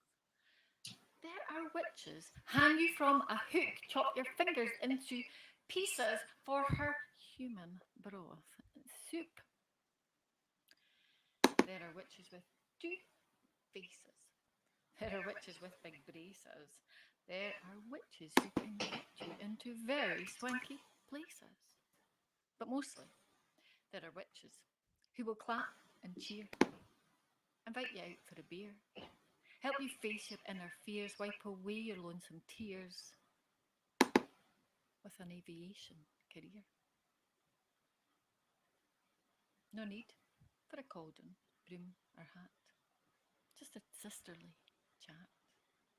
And for sure your heart will sing with a jolly big swing, fill you up to the brim with a mighty muckle grin to the moon and back.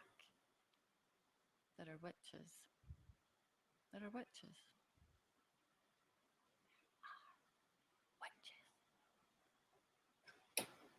Wow.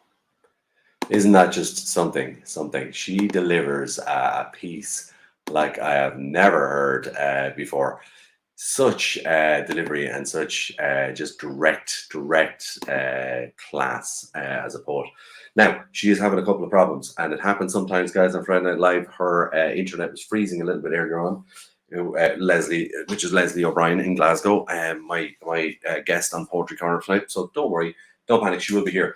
I was going to play this after Leslie's interview, but I'm going to play it now because every now and again I like to put a song or two into the show of guests who have been on before on Friday Night Live, just to give them a little plug when they bring something new out. And one of my guests a good while back in the early days, just like Jill from Featherbed there, was Pico McLaughlin. Now, Pico and I go back a long way. He's a Kildare man like myself, and he is a wonderful songwriter, wonderful singer-songwriter. And just recently he brought out a new single, which I was watching during the week.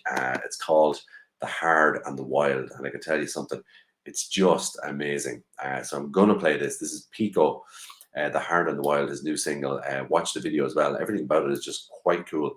It's got a lovely melody in it too. I think it's his, in my opinion, I think it's his best song so far. So here we go. Take it away. Friday Night Live.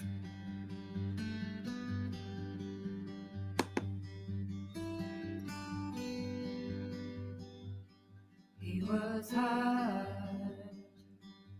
and she was wild. It was inevitable, just like all the stars are dying. He was rough, and she had edges, but together they fed with two hearts that were synchronized. He was dark, she was able. She always knew what to do, what to say when he lost his temper. She was scarred, but he was patient. He understood all the good things in life were worth some weather. He said, this is how it's gonna be. I love you and you love me. As long as we can, the world does it all apart. And forever is a word left for the young, and those that don't know what it means to run. Just to stay in one place and survive is your only choice.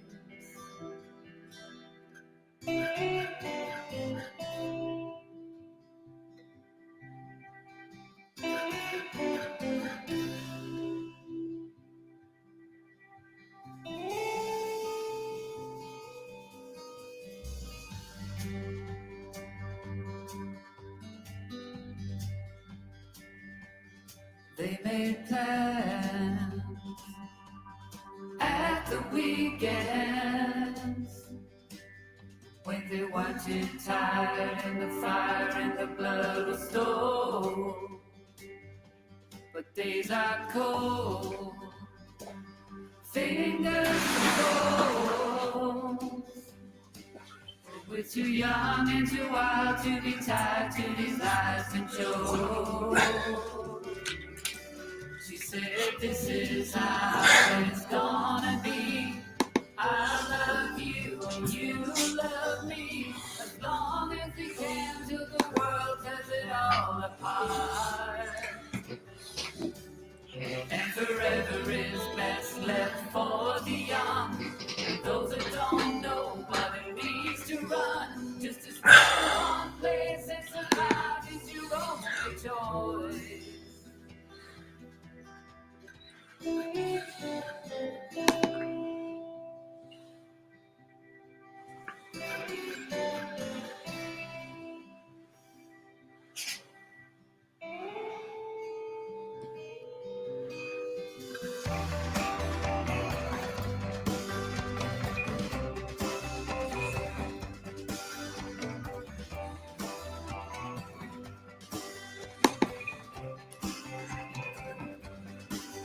He took one last job and he'd be done. wasn't much risk. Now with this one, he'd make enough money to see them straight. Might even be enough to get away. He left her with a kiss and a lingering doubt. But when she finally called, the phone rang out.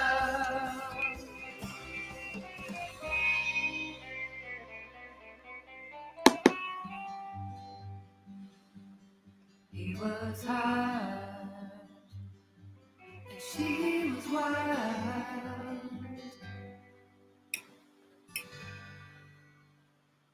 Wow, what a tune. What a tune. The Hard and the Wild by Pico from Kildare, Pico McLaughlin. If you know him, Pico himself, that's his full name, but Pico Music, you can check him out. P-E-C-O, I put it up there earlier on.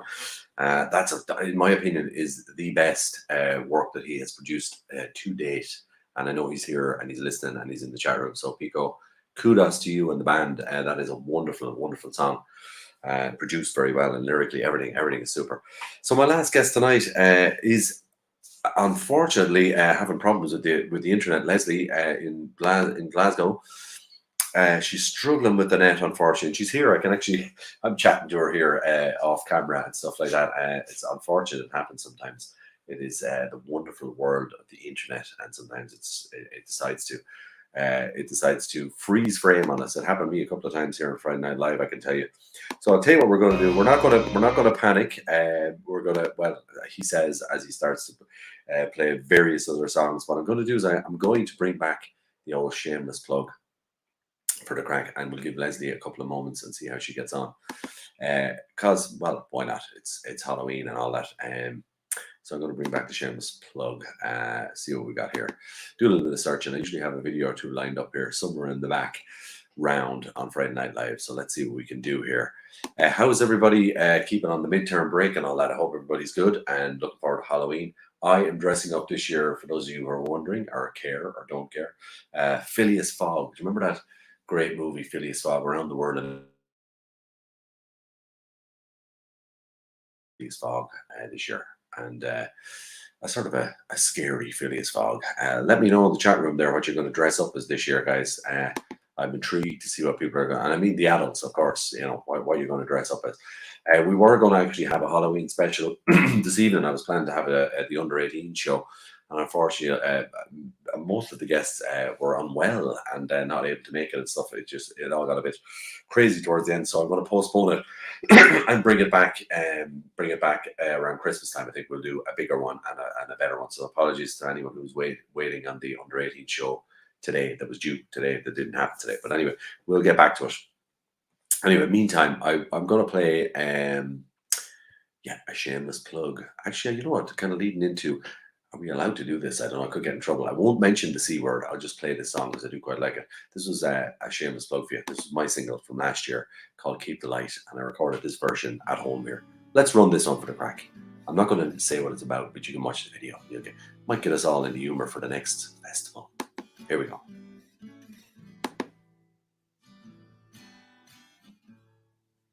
Until we meet again,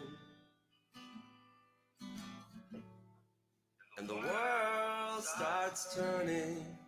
Now I'm going to interrupt the broadcast because I see Leslie there and I do not want to lose her again. So, you know, we're going to freeze frame, Keep the Light. I'm going to freeze frame it and get back to it.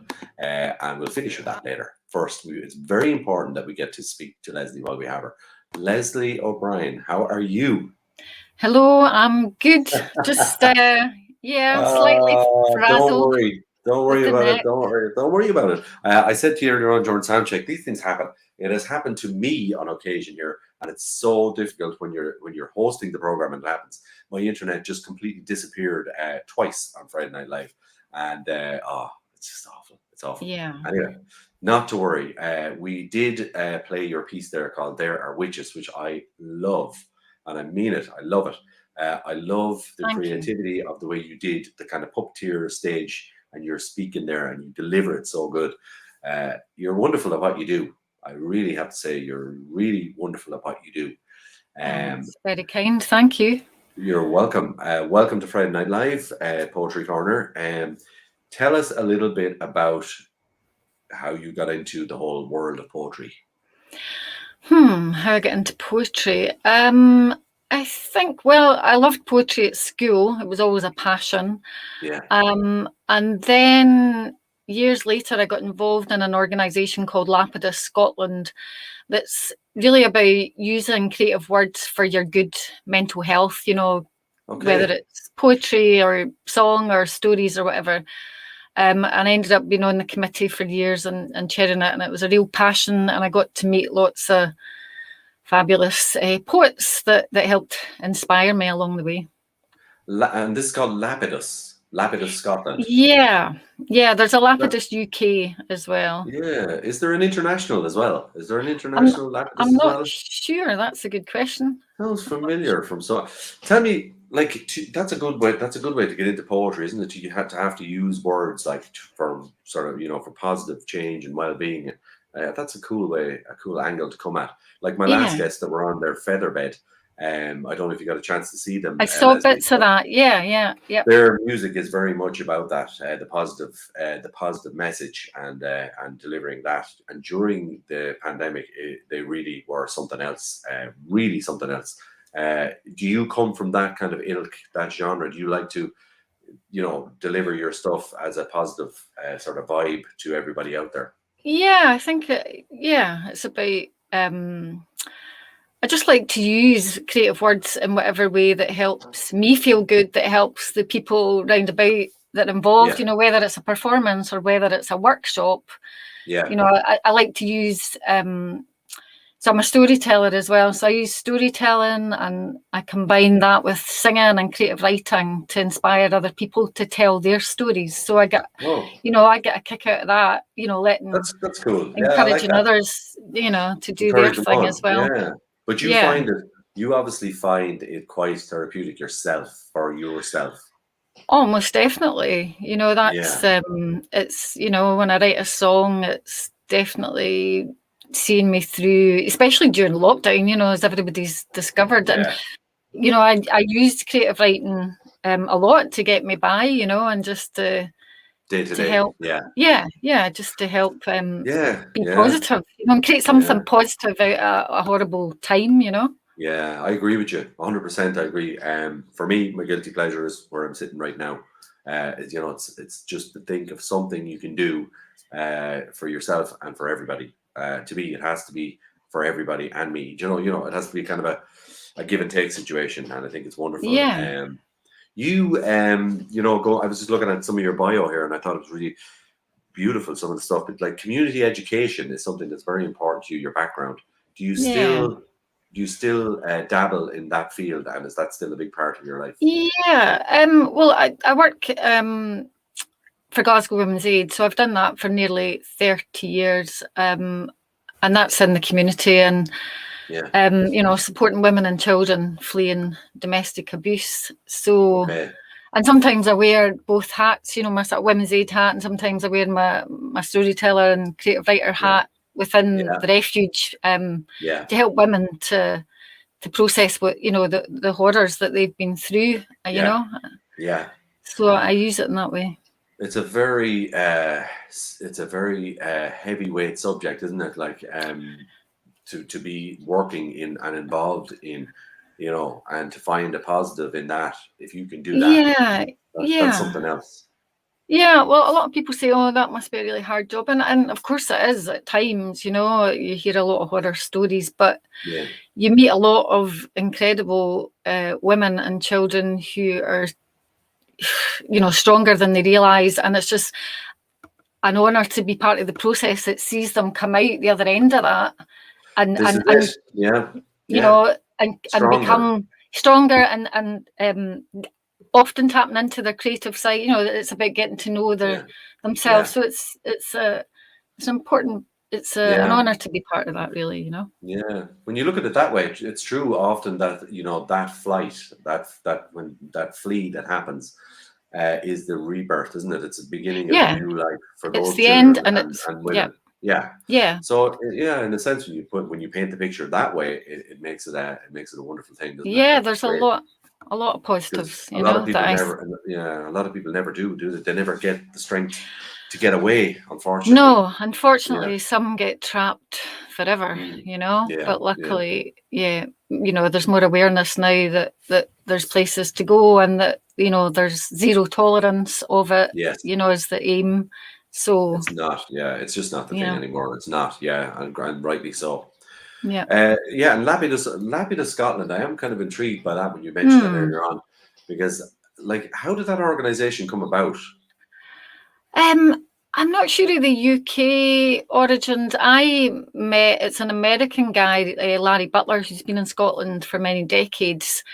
He is a creative writer and poet, and it was his enthusiasm that really got it off the ground in Scotland. And it was him that kind of, you know, encouraged my passion for the whole thing. So he just got lots of people, interesting people involved, and it's been going from strength to strength. I've been doing a lot of things on Zoom with it over the lockdown, you know. In fact, I've got one tomorrow morning that's mindfulness and creative writing, and it's just a wonderful combination where, you know, Works very well together. it works a treat, you know. It just gets you in the zone Yeah. for tapping into your creativity. So Yeah. Yeah. so yeah, my they do all sorts. my grandmother used to say something to me that always stuck in my mind, and I didn't do it for many years, by the way, until now I do it. But she always used to say, if there's something wrong, try and write it down. You know, write it out, and try and figure it that way, and it does work.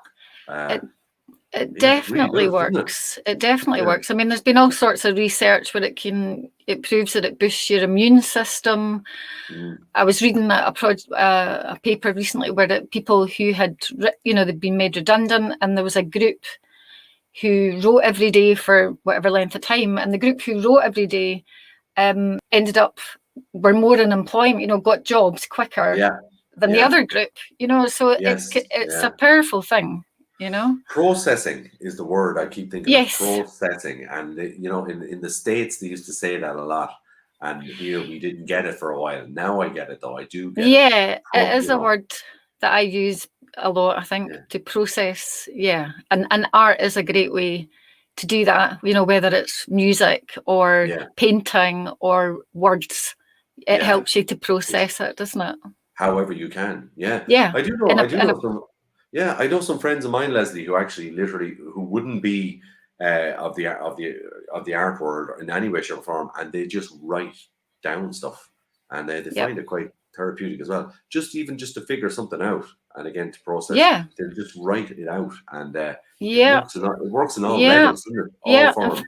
In fact, I said that to somebody today. You know, just write the pros on one side and the cons on the other, and you know, you'll sleep better tonight if you get it on the page. It simplifies things, doesn't it? And it kind of it eases the mind. It kind of gives it kind of takes it out of there from instead of going round in circles, doesn't it? We do often get ourselves up in knots, don't we? Like very, very easily we can get up in knots. Over for things sure. That, you know, Well, now you formed a band called Kitlin, which I had a look at during the week, which I love, by the way. I do. Thank you. I was listening to the music, and you're I suppose you are the first poet as such on Poetry Corner who is also a musician, which I love. That you can do, you know, you're doing all that stuff. Kitlin, you were telling me earlier on during soundcheck that you like to interject your poetry into the music, into the performances as well. That must be quite the thing to see live. I love doing that combination. When I first formed, we had Clarsach, you know, the Scottish harp. We had that, and fiddle and flute and guitar and music. And so I did it in different ways, but, you know, I'd maybe start with a song and then tell a story, and then in the middle of the story there would be a wee poem, and just sort of combine it. And then those instruments, just the string instruments, work really well with the words, you know, whether you're singing them or telling it, you know. I like it. I like that. So it kind of flows. I can imagine that just kind of flowing. It was a wonderful thing. It was some wonderful women musician friends that have been involved along the way. And I've not had any gigs doing that stuff, obviously, because of lockdown, but I've got one I'll get my plug in while I remember. But I've Please got, do. I was going to ask you that yeah, next. Yeah. Where yeah, can we yeah. see Kitland next? Well, there's a festival called Gathering Voices happening in Renfrewshire, and I'm excited. I spoke to the guy today. We're going to be playing in Paisley Abbey. Okay. So yeah, it's I always like playing in a church gig. You know, the acoustics are Oh, I love wonderful, it. and the Yeah. building is just Yeah. so It's natural, stunning. isn't it? Natural Yeah, acoustics. yeah, Is this the first gig back for Kitland? Is this the first one? yeah. Or? That'll be the first face-to-face live gig. Yeah, yeah, yeah. Super. So Super. yeah, yep. It's strange, isn't it? Isn't it very strange to think, you know, what we're all looking at, most of us anyway, pushing 2 years now since being on a stage. I know. Yeah. It's like a weird nightmare that luckily we're waking up from, you know. Thankfully, but I know a lot of musicians, you know. Yeah. And it's just been, well, it's been hellish for the whole world, but the art world has just been, you know, rocked, yeah, totally shattered. Yeah, Yep. absolutely. Yep. There's lots of stuff that I would love you to explain, I suppose, to me, because like I always say on Poetry Corner, this is what I know least about. That's why I love this segment, by the way, because I learn something new every week. Spoken word, poetry, storytelling. I love all these things, but I know very little about them. How do you, like, you know, it's storytelling, because it fascinates me. Is that something that you get from family that's passed down? When you were a child, were there people or a person that would have been a great teller, a great storyteller? Yeah. I think not in the sense in the way that I do it, you know, like the traditional learning a traditional story from Africa or Scotland or whatever, and retelling it with music, but so we didn't do it like that in the family, but there was certainly a lot of family members that you could call storytellers. You know, my granny was a fabulous storyteller. Yeah. My mother is a fabulous storyteller, though she doesn't realise it. She doesn't know. Natural. Yeah. Yeah. And there was a lot of characters, and my granny had 13 brothers and sisters, and they used to come up to her house and sit by the fire, and I just used to love hearing their tales, you know. They were just they were just full of characters. I mean, one of them I'm just remembering it, one of them was called, they all had nicknames, of course, you know. Sparrow was one of the uncles that used to come. And I used to think it was because he whistled, you know, but it turned out we discovered it's because he had wee sparrow legs. The walk. Wee skinny legs.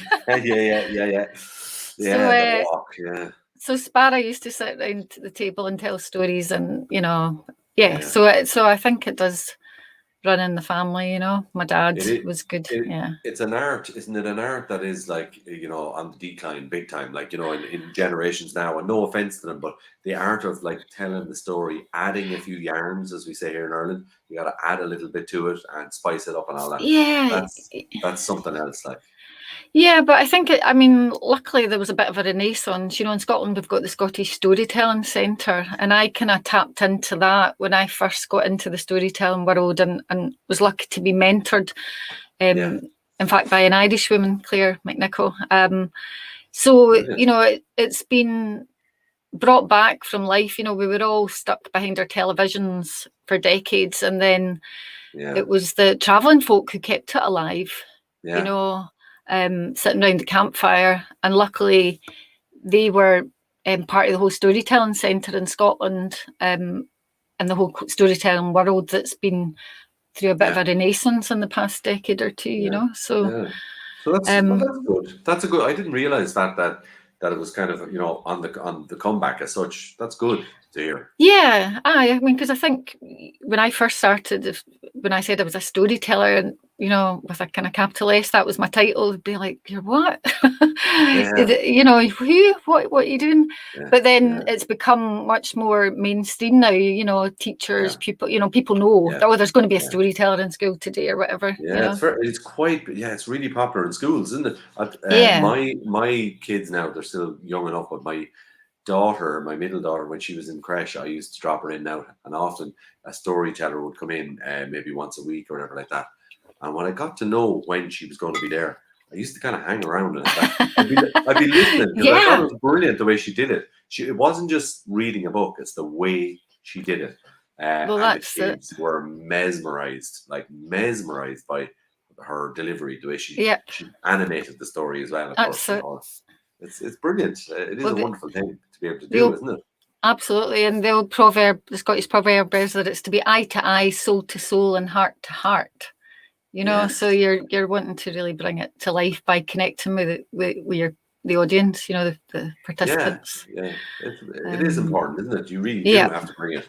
Yep. Anybody, it's quite easy to sit down and read a book and, or read, which is lovely, but to deliver it is something else. Yeah. It reminds me of those older characters you're talking about when you were young and stuff like that. They just had it, didn't they, in abundance? Yeah. There's people just got it, you know. It was an animated thing, yeah. Yeah. For sure.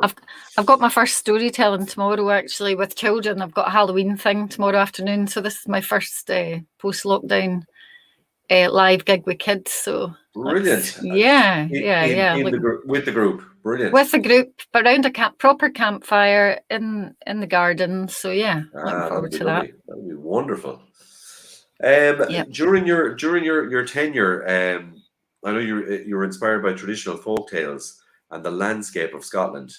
Yeah. You're in Scotland now. Are you in Glasgow or around the outskirts?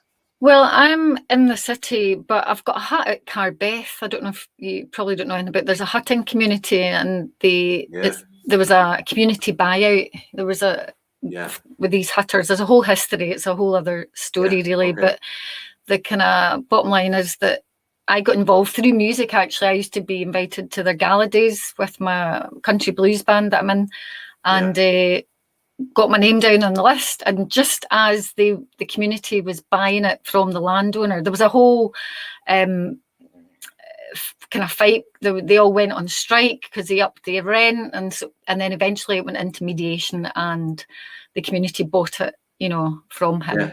So I was lucky to be involved at that point. I got my own wee hut, and so that's where I go quite often to be inspired by the countryside, and I write a lot of nature poetry. So I'm lucky to be writing the Campsie Hills with beautiful nature. That's just I love it. I love it, and it's only half an hour, 40 minutes from my house. So I'm really lucky. Yeah, it is. It's beautiful. I'm on the farm here, as most I tell everybody. Nice. And there's something, you need that space. I lived in cities myself, and now I'm in the country, and it's just whoa. There's something about getting away, isn't there? It's not, just to get the little bit of space. Yeah, absolutely. I think we all learned, the whole world. Sorry.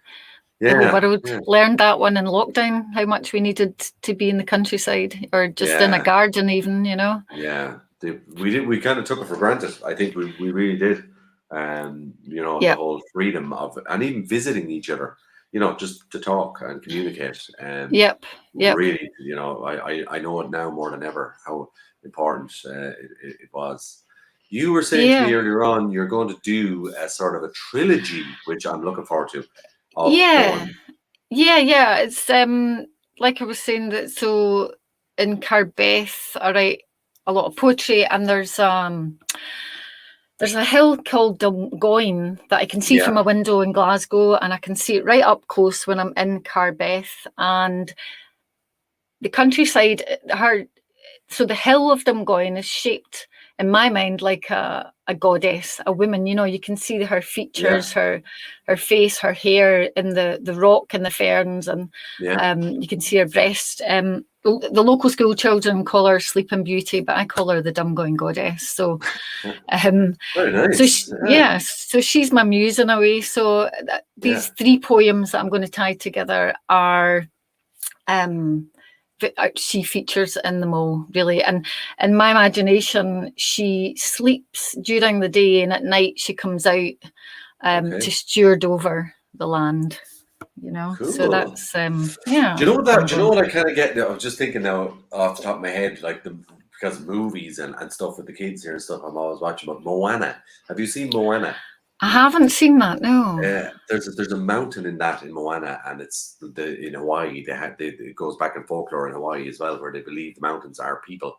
But Yep. in the movie Moana, which is a Disney movie, the actual island as such that she's trying to get to is a woman, is a goddess.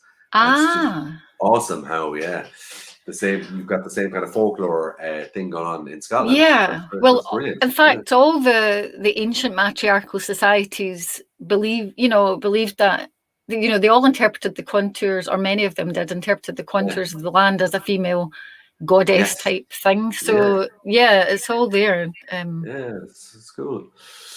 Right. And before you do that, and before we have your poetry, where and when, or what's the best way for people watching now and who will be watching to get to see your performances online and get your poetry? Yeah, well, I have a YouTube page, Leslie O'Brien. So I've put some videos up on that. And Kitlin is the band we were talking about. So I often post on that. I've got stuff on a couple of things on Bandcamp that I did some spoken word with. So yeah, people just need to look for that, and then the Gathering Voices thing that's coming up. Brilliant. And then Brilliant. You've got a lot going on there, Leslie. You've got a lot of stuff. I checked. I was watching and checking out most of it during the week, and I was like, wow, I was impressed. I will put a link up. I'll put a link up anyway on the page tomorrow. Great. To Kitlin and your own stuff as well. It's been a pleasure as always, and I love this. Thank you. I do love this segment. Thanks to Catrice, of course, Catrice Greer, our lovely mutual friend Catrice, who organises everything. Yes, thank you, Catrice. She's here now and she's watching, and she's always here for. In your own time, have we a name on the 3 poems, or are we going for just 3 separate titles? Well, it's The Dumgoing Goddess, Carbirth, and Into the Night are the 3 poems. Yeah. Wonderful. Well, I am going to mute myself now and sit back and relax and leave it to you, Leslie O'Brien, in your own time. Okay. By Dumgoing Mound, there's a goddess to be found. By day she lies a mummy in her tomb. At night she rushes out a Dumgoing's womb. Wi' bramble coat and fern fat fleece, she stumbles down by roots and clabber. Mid stour and beast and glowering moon, she sups Craig Allen water. By swirling crow she dips her toe and floats upon a lily pad. West Highland walkers come and go, oblivious to this bonny lass. But Carbeth hutters know her ways and feast upon her halcyon days. But if you ever wish to meet and touch her heart, by Froggy Lane alone at dusk ye start.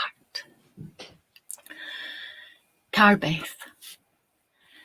Velvet green stepping stones for fairy feet that flee o'er the lull of Ishkava. It's my kirk. I must come once per week.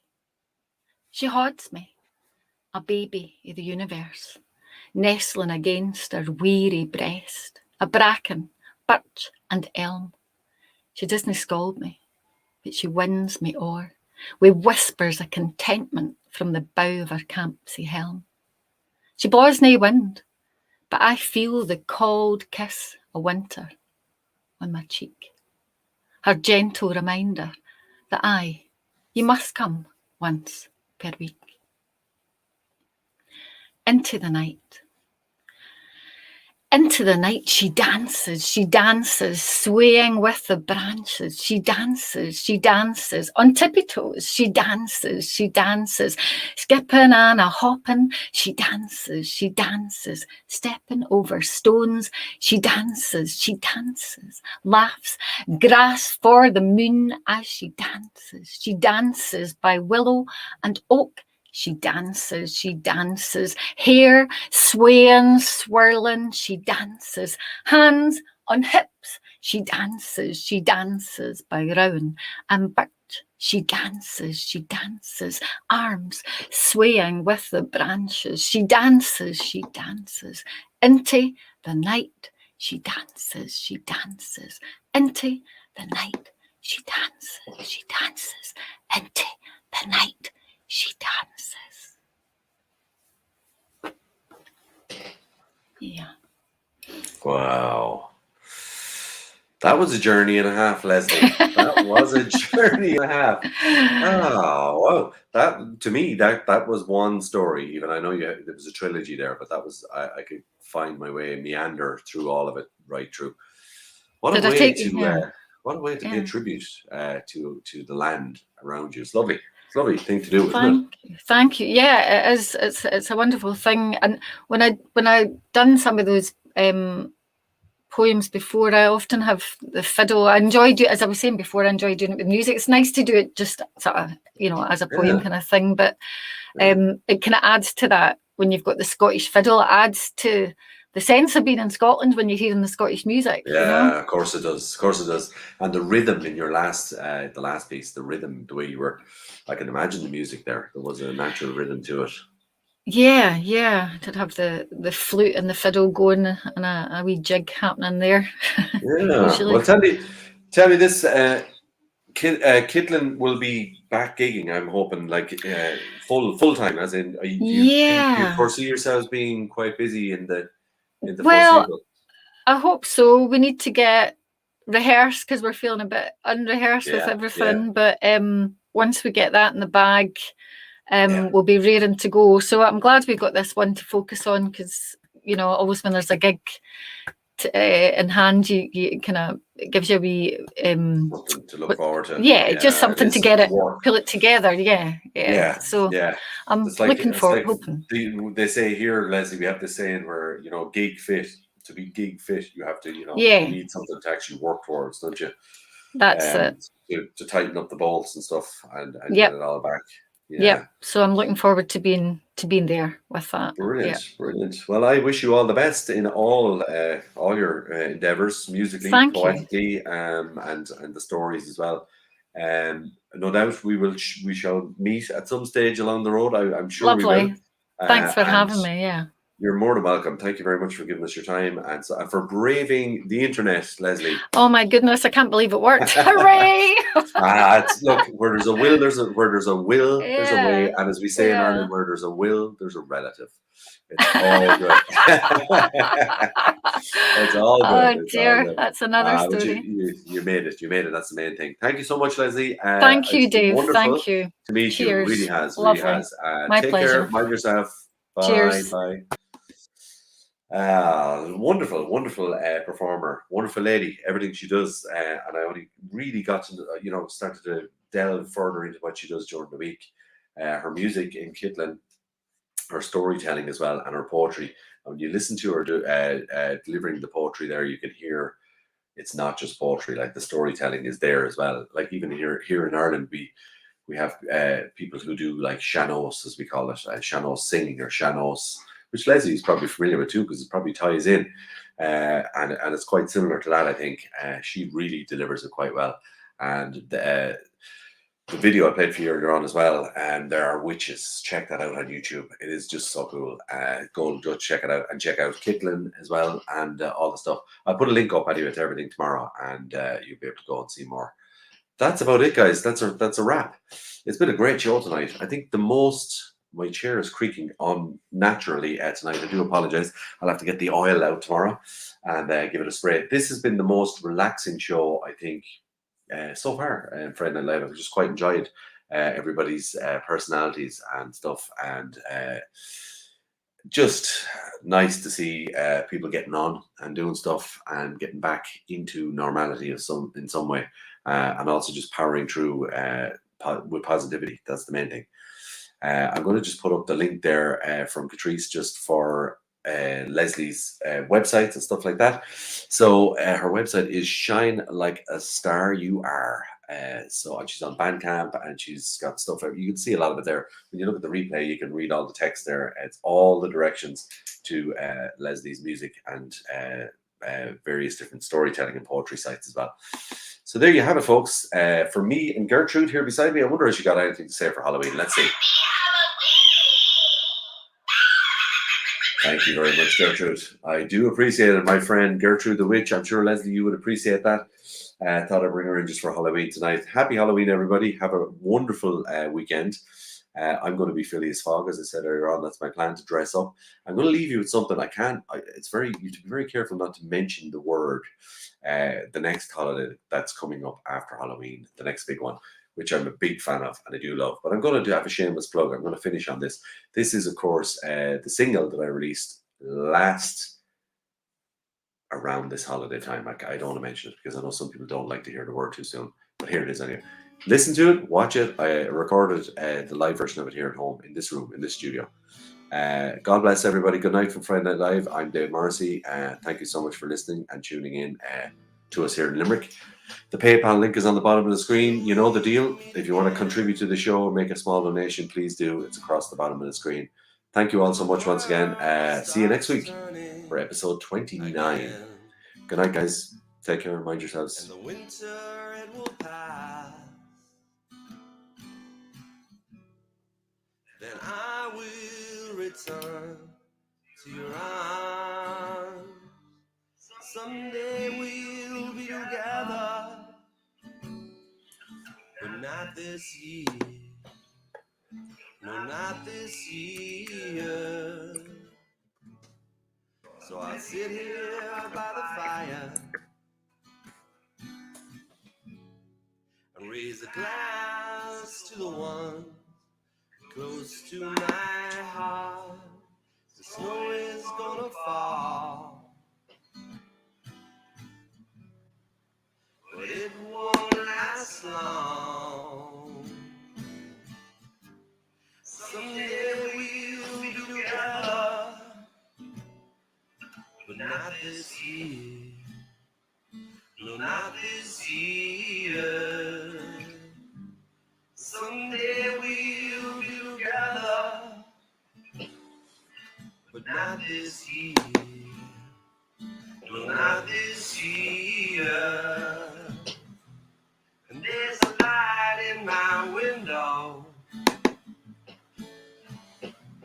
There's a kind of love in my home.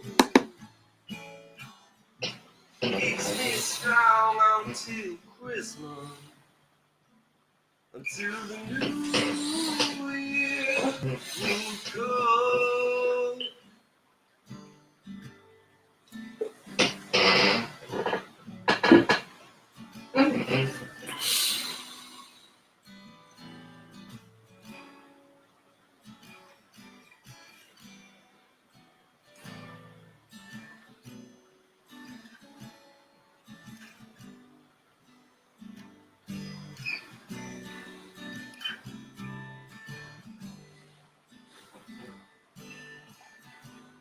Someday we'll be together,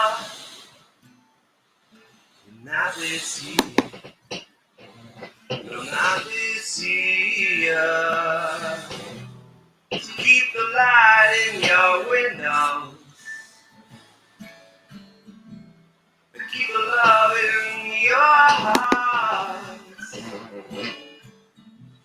and keep it strong until Christmas.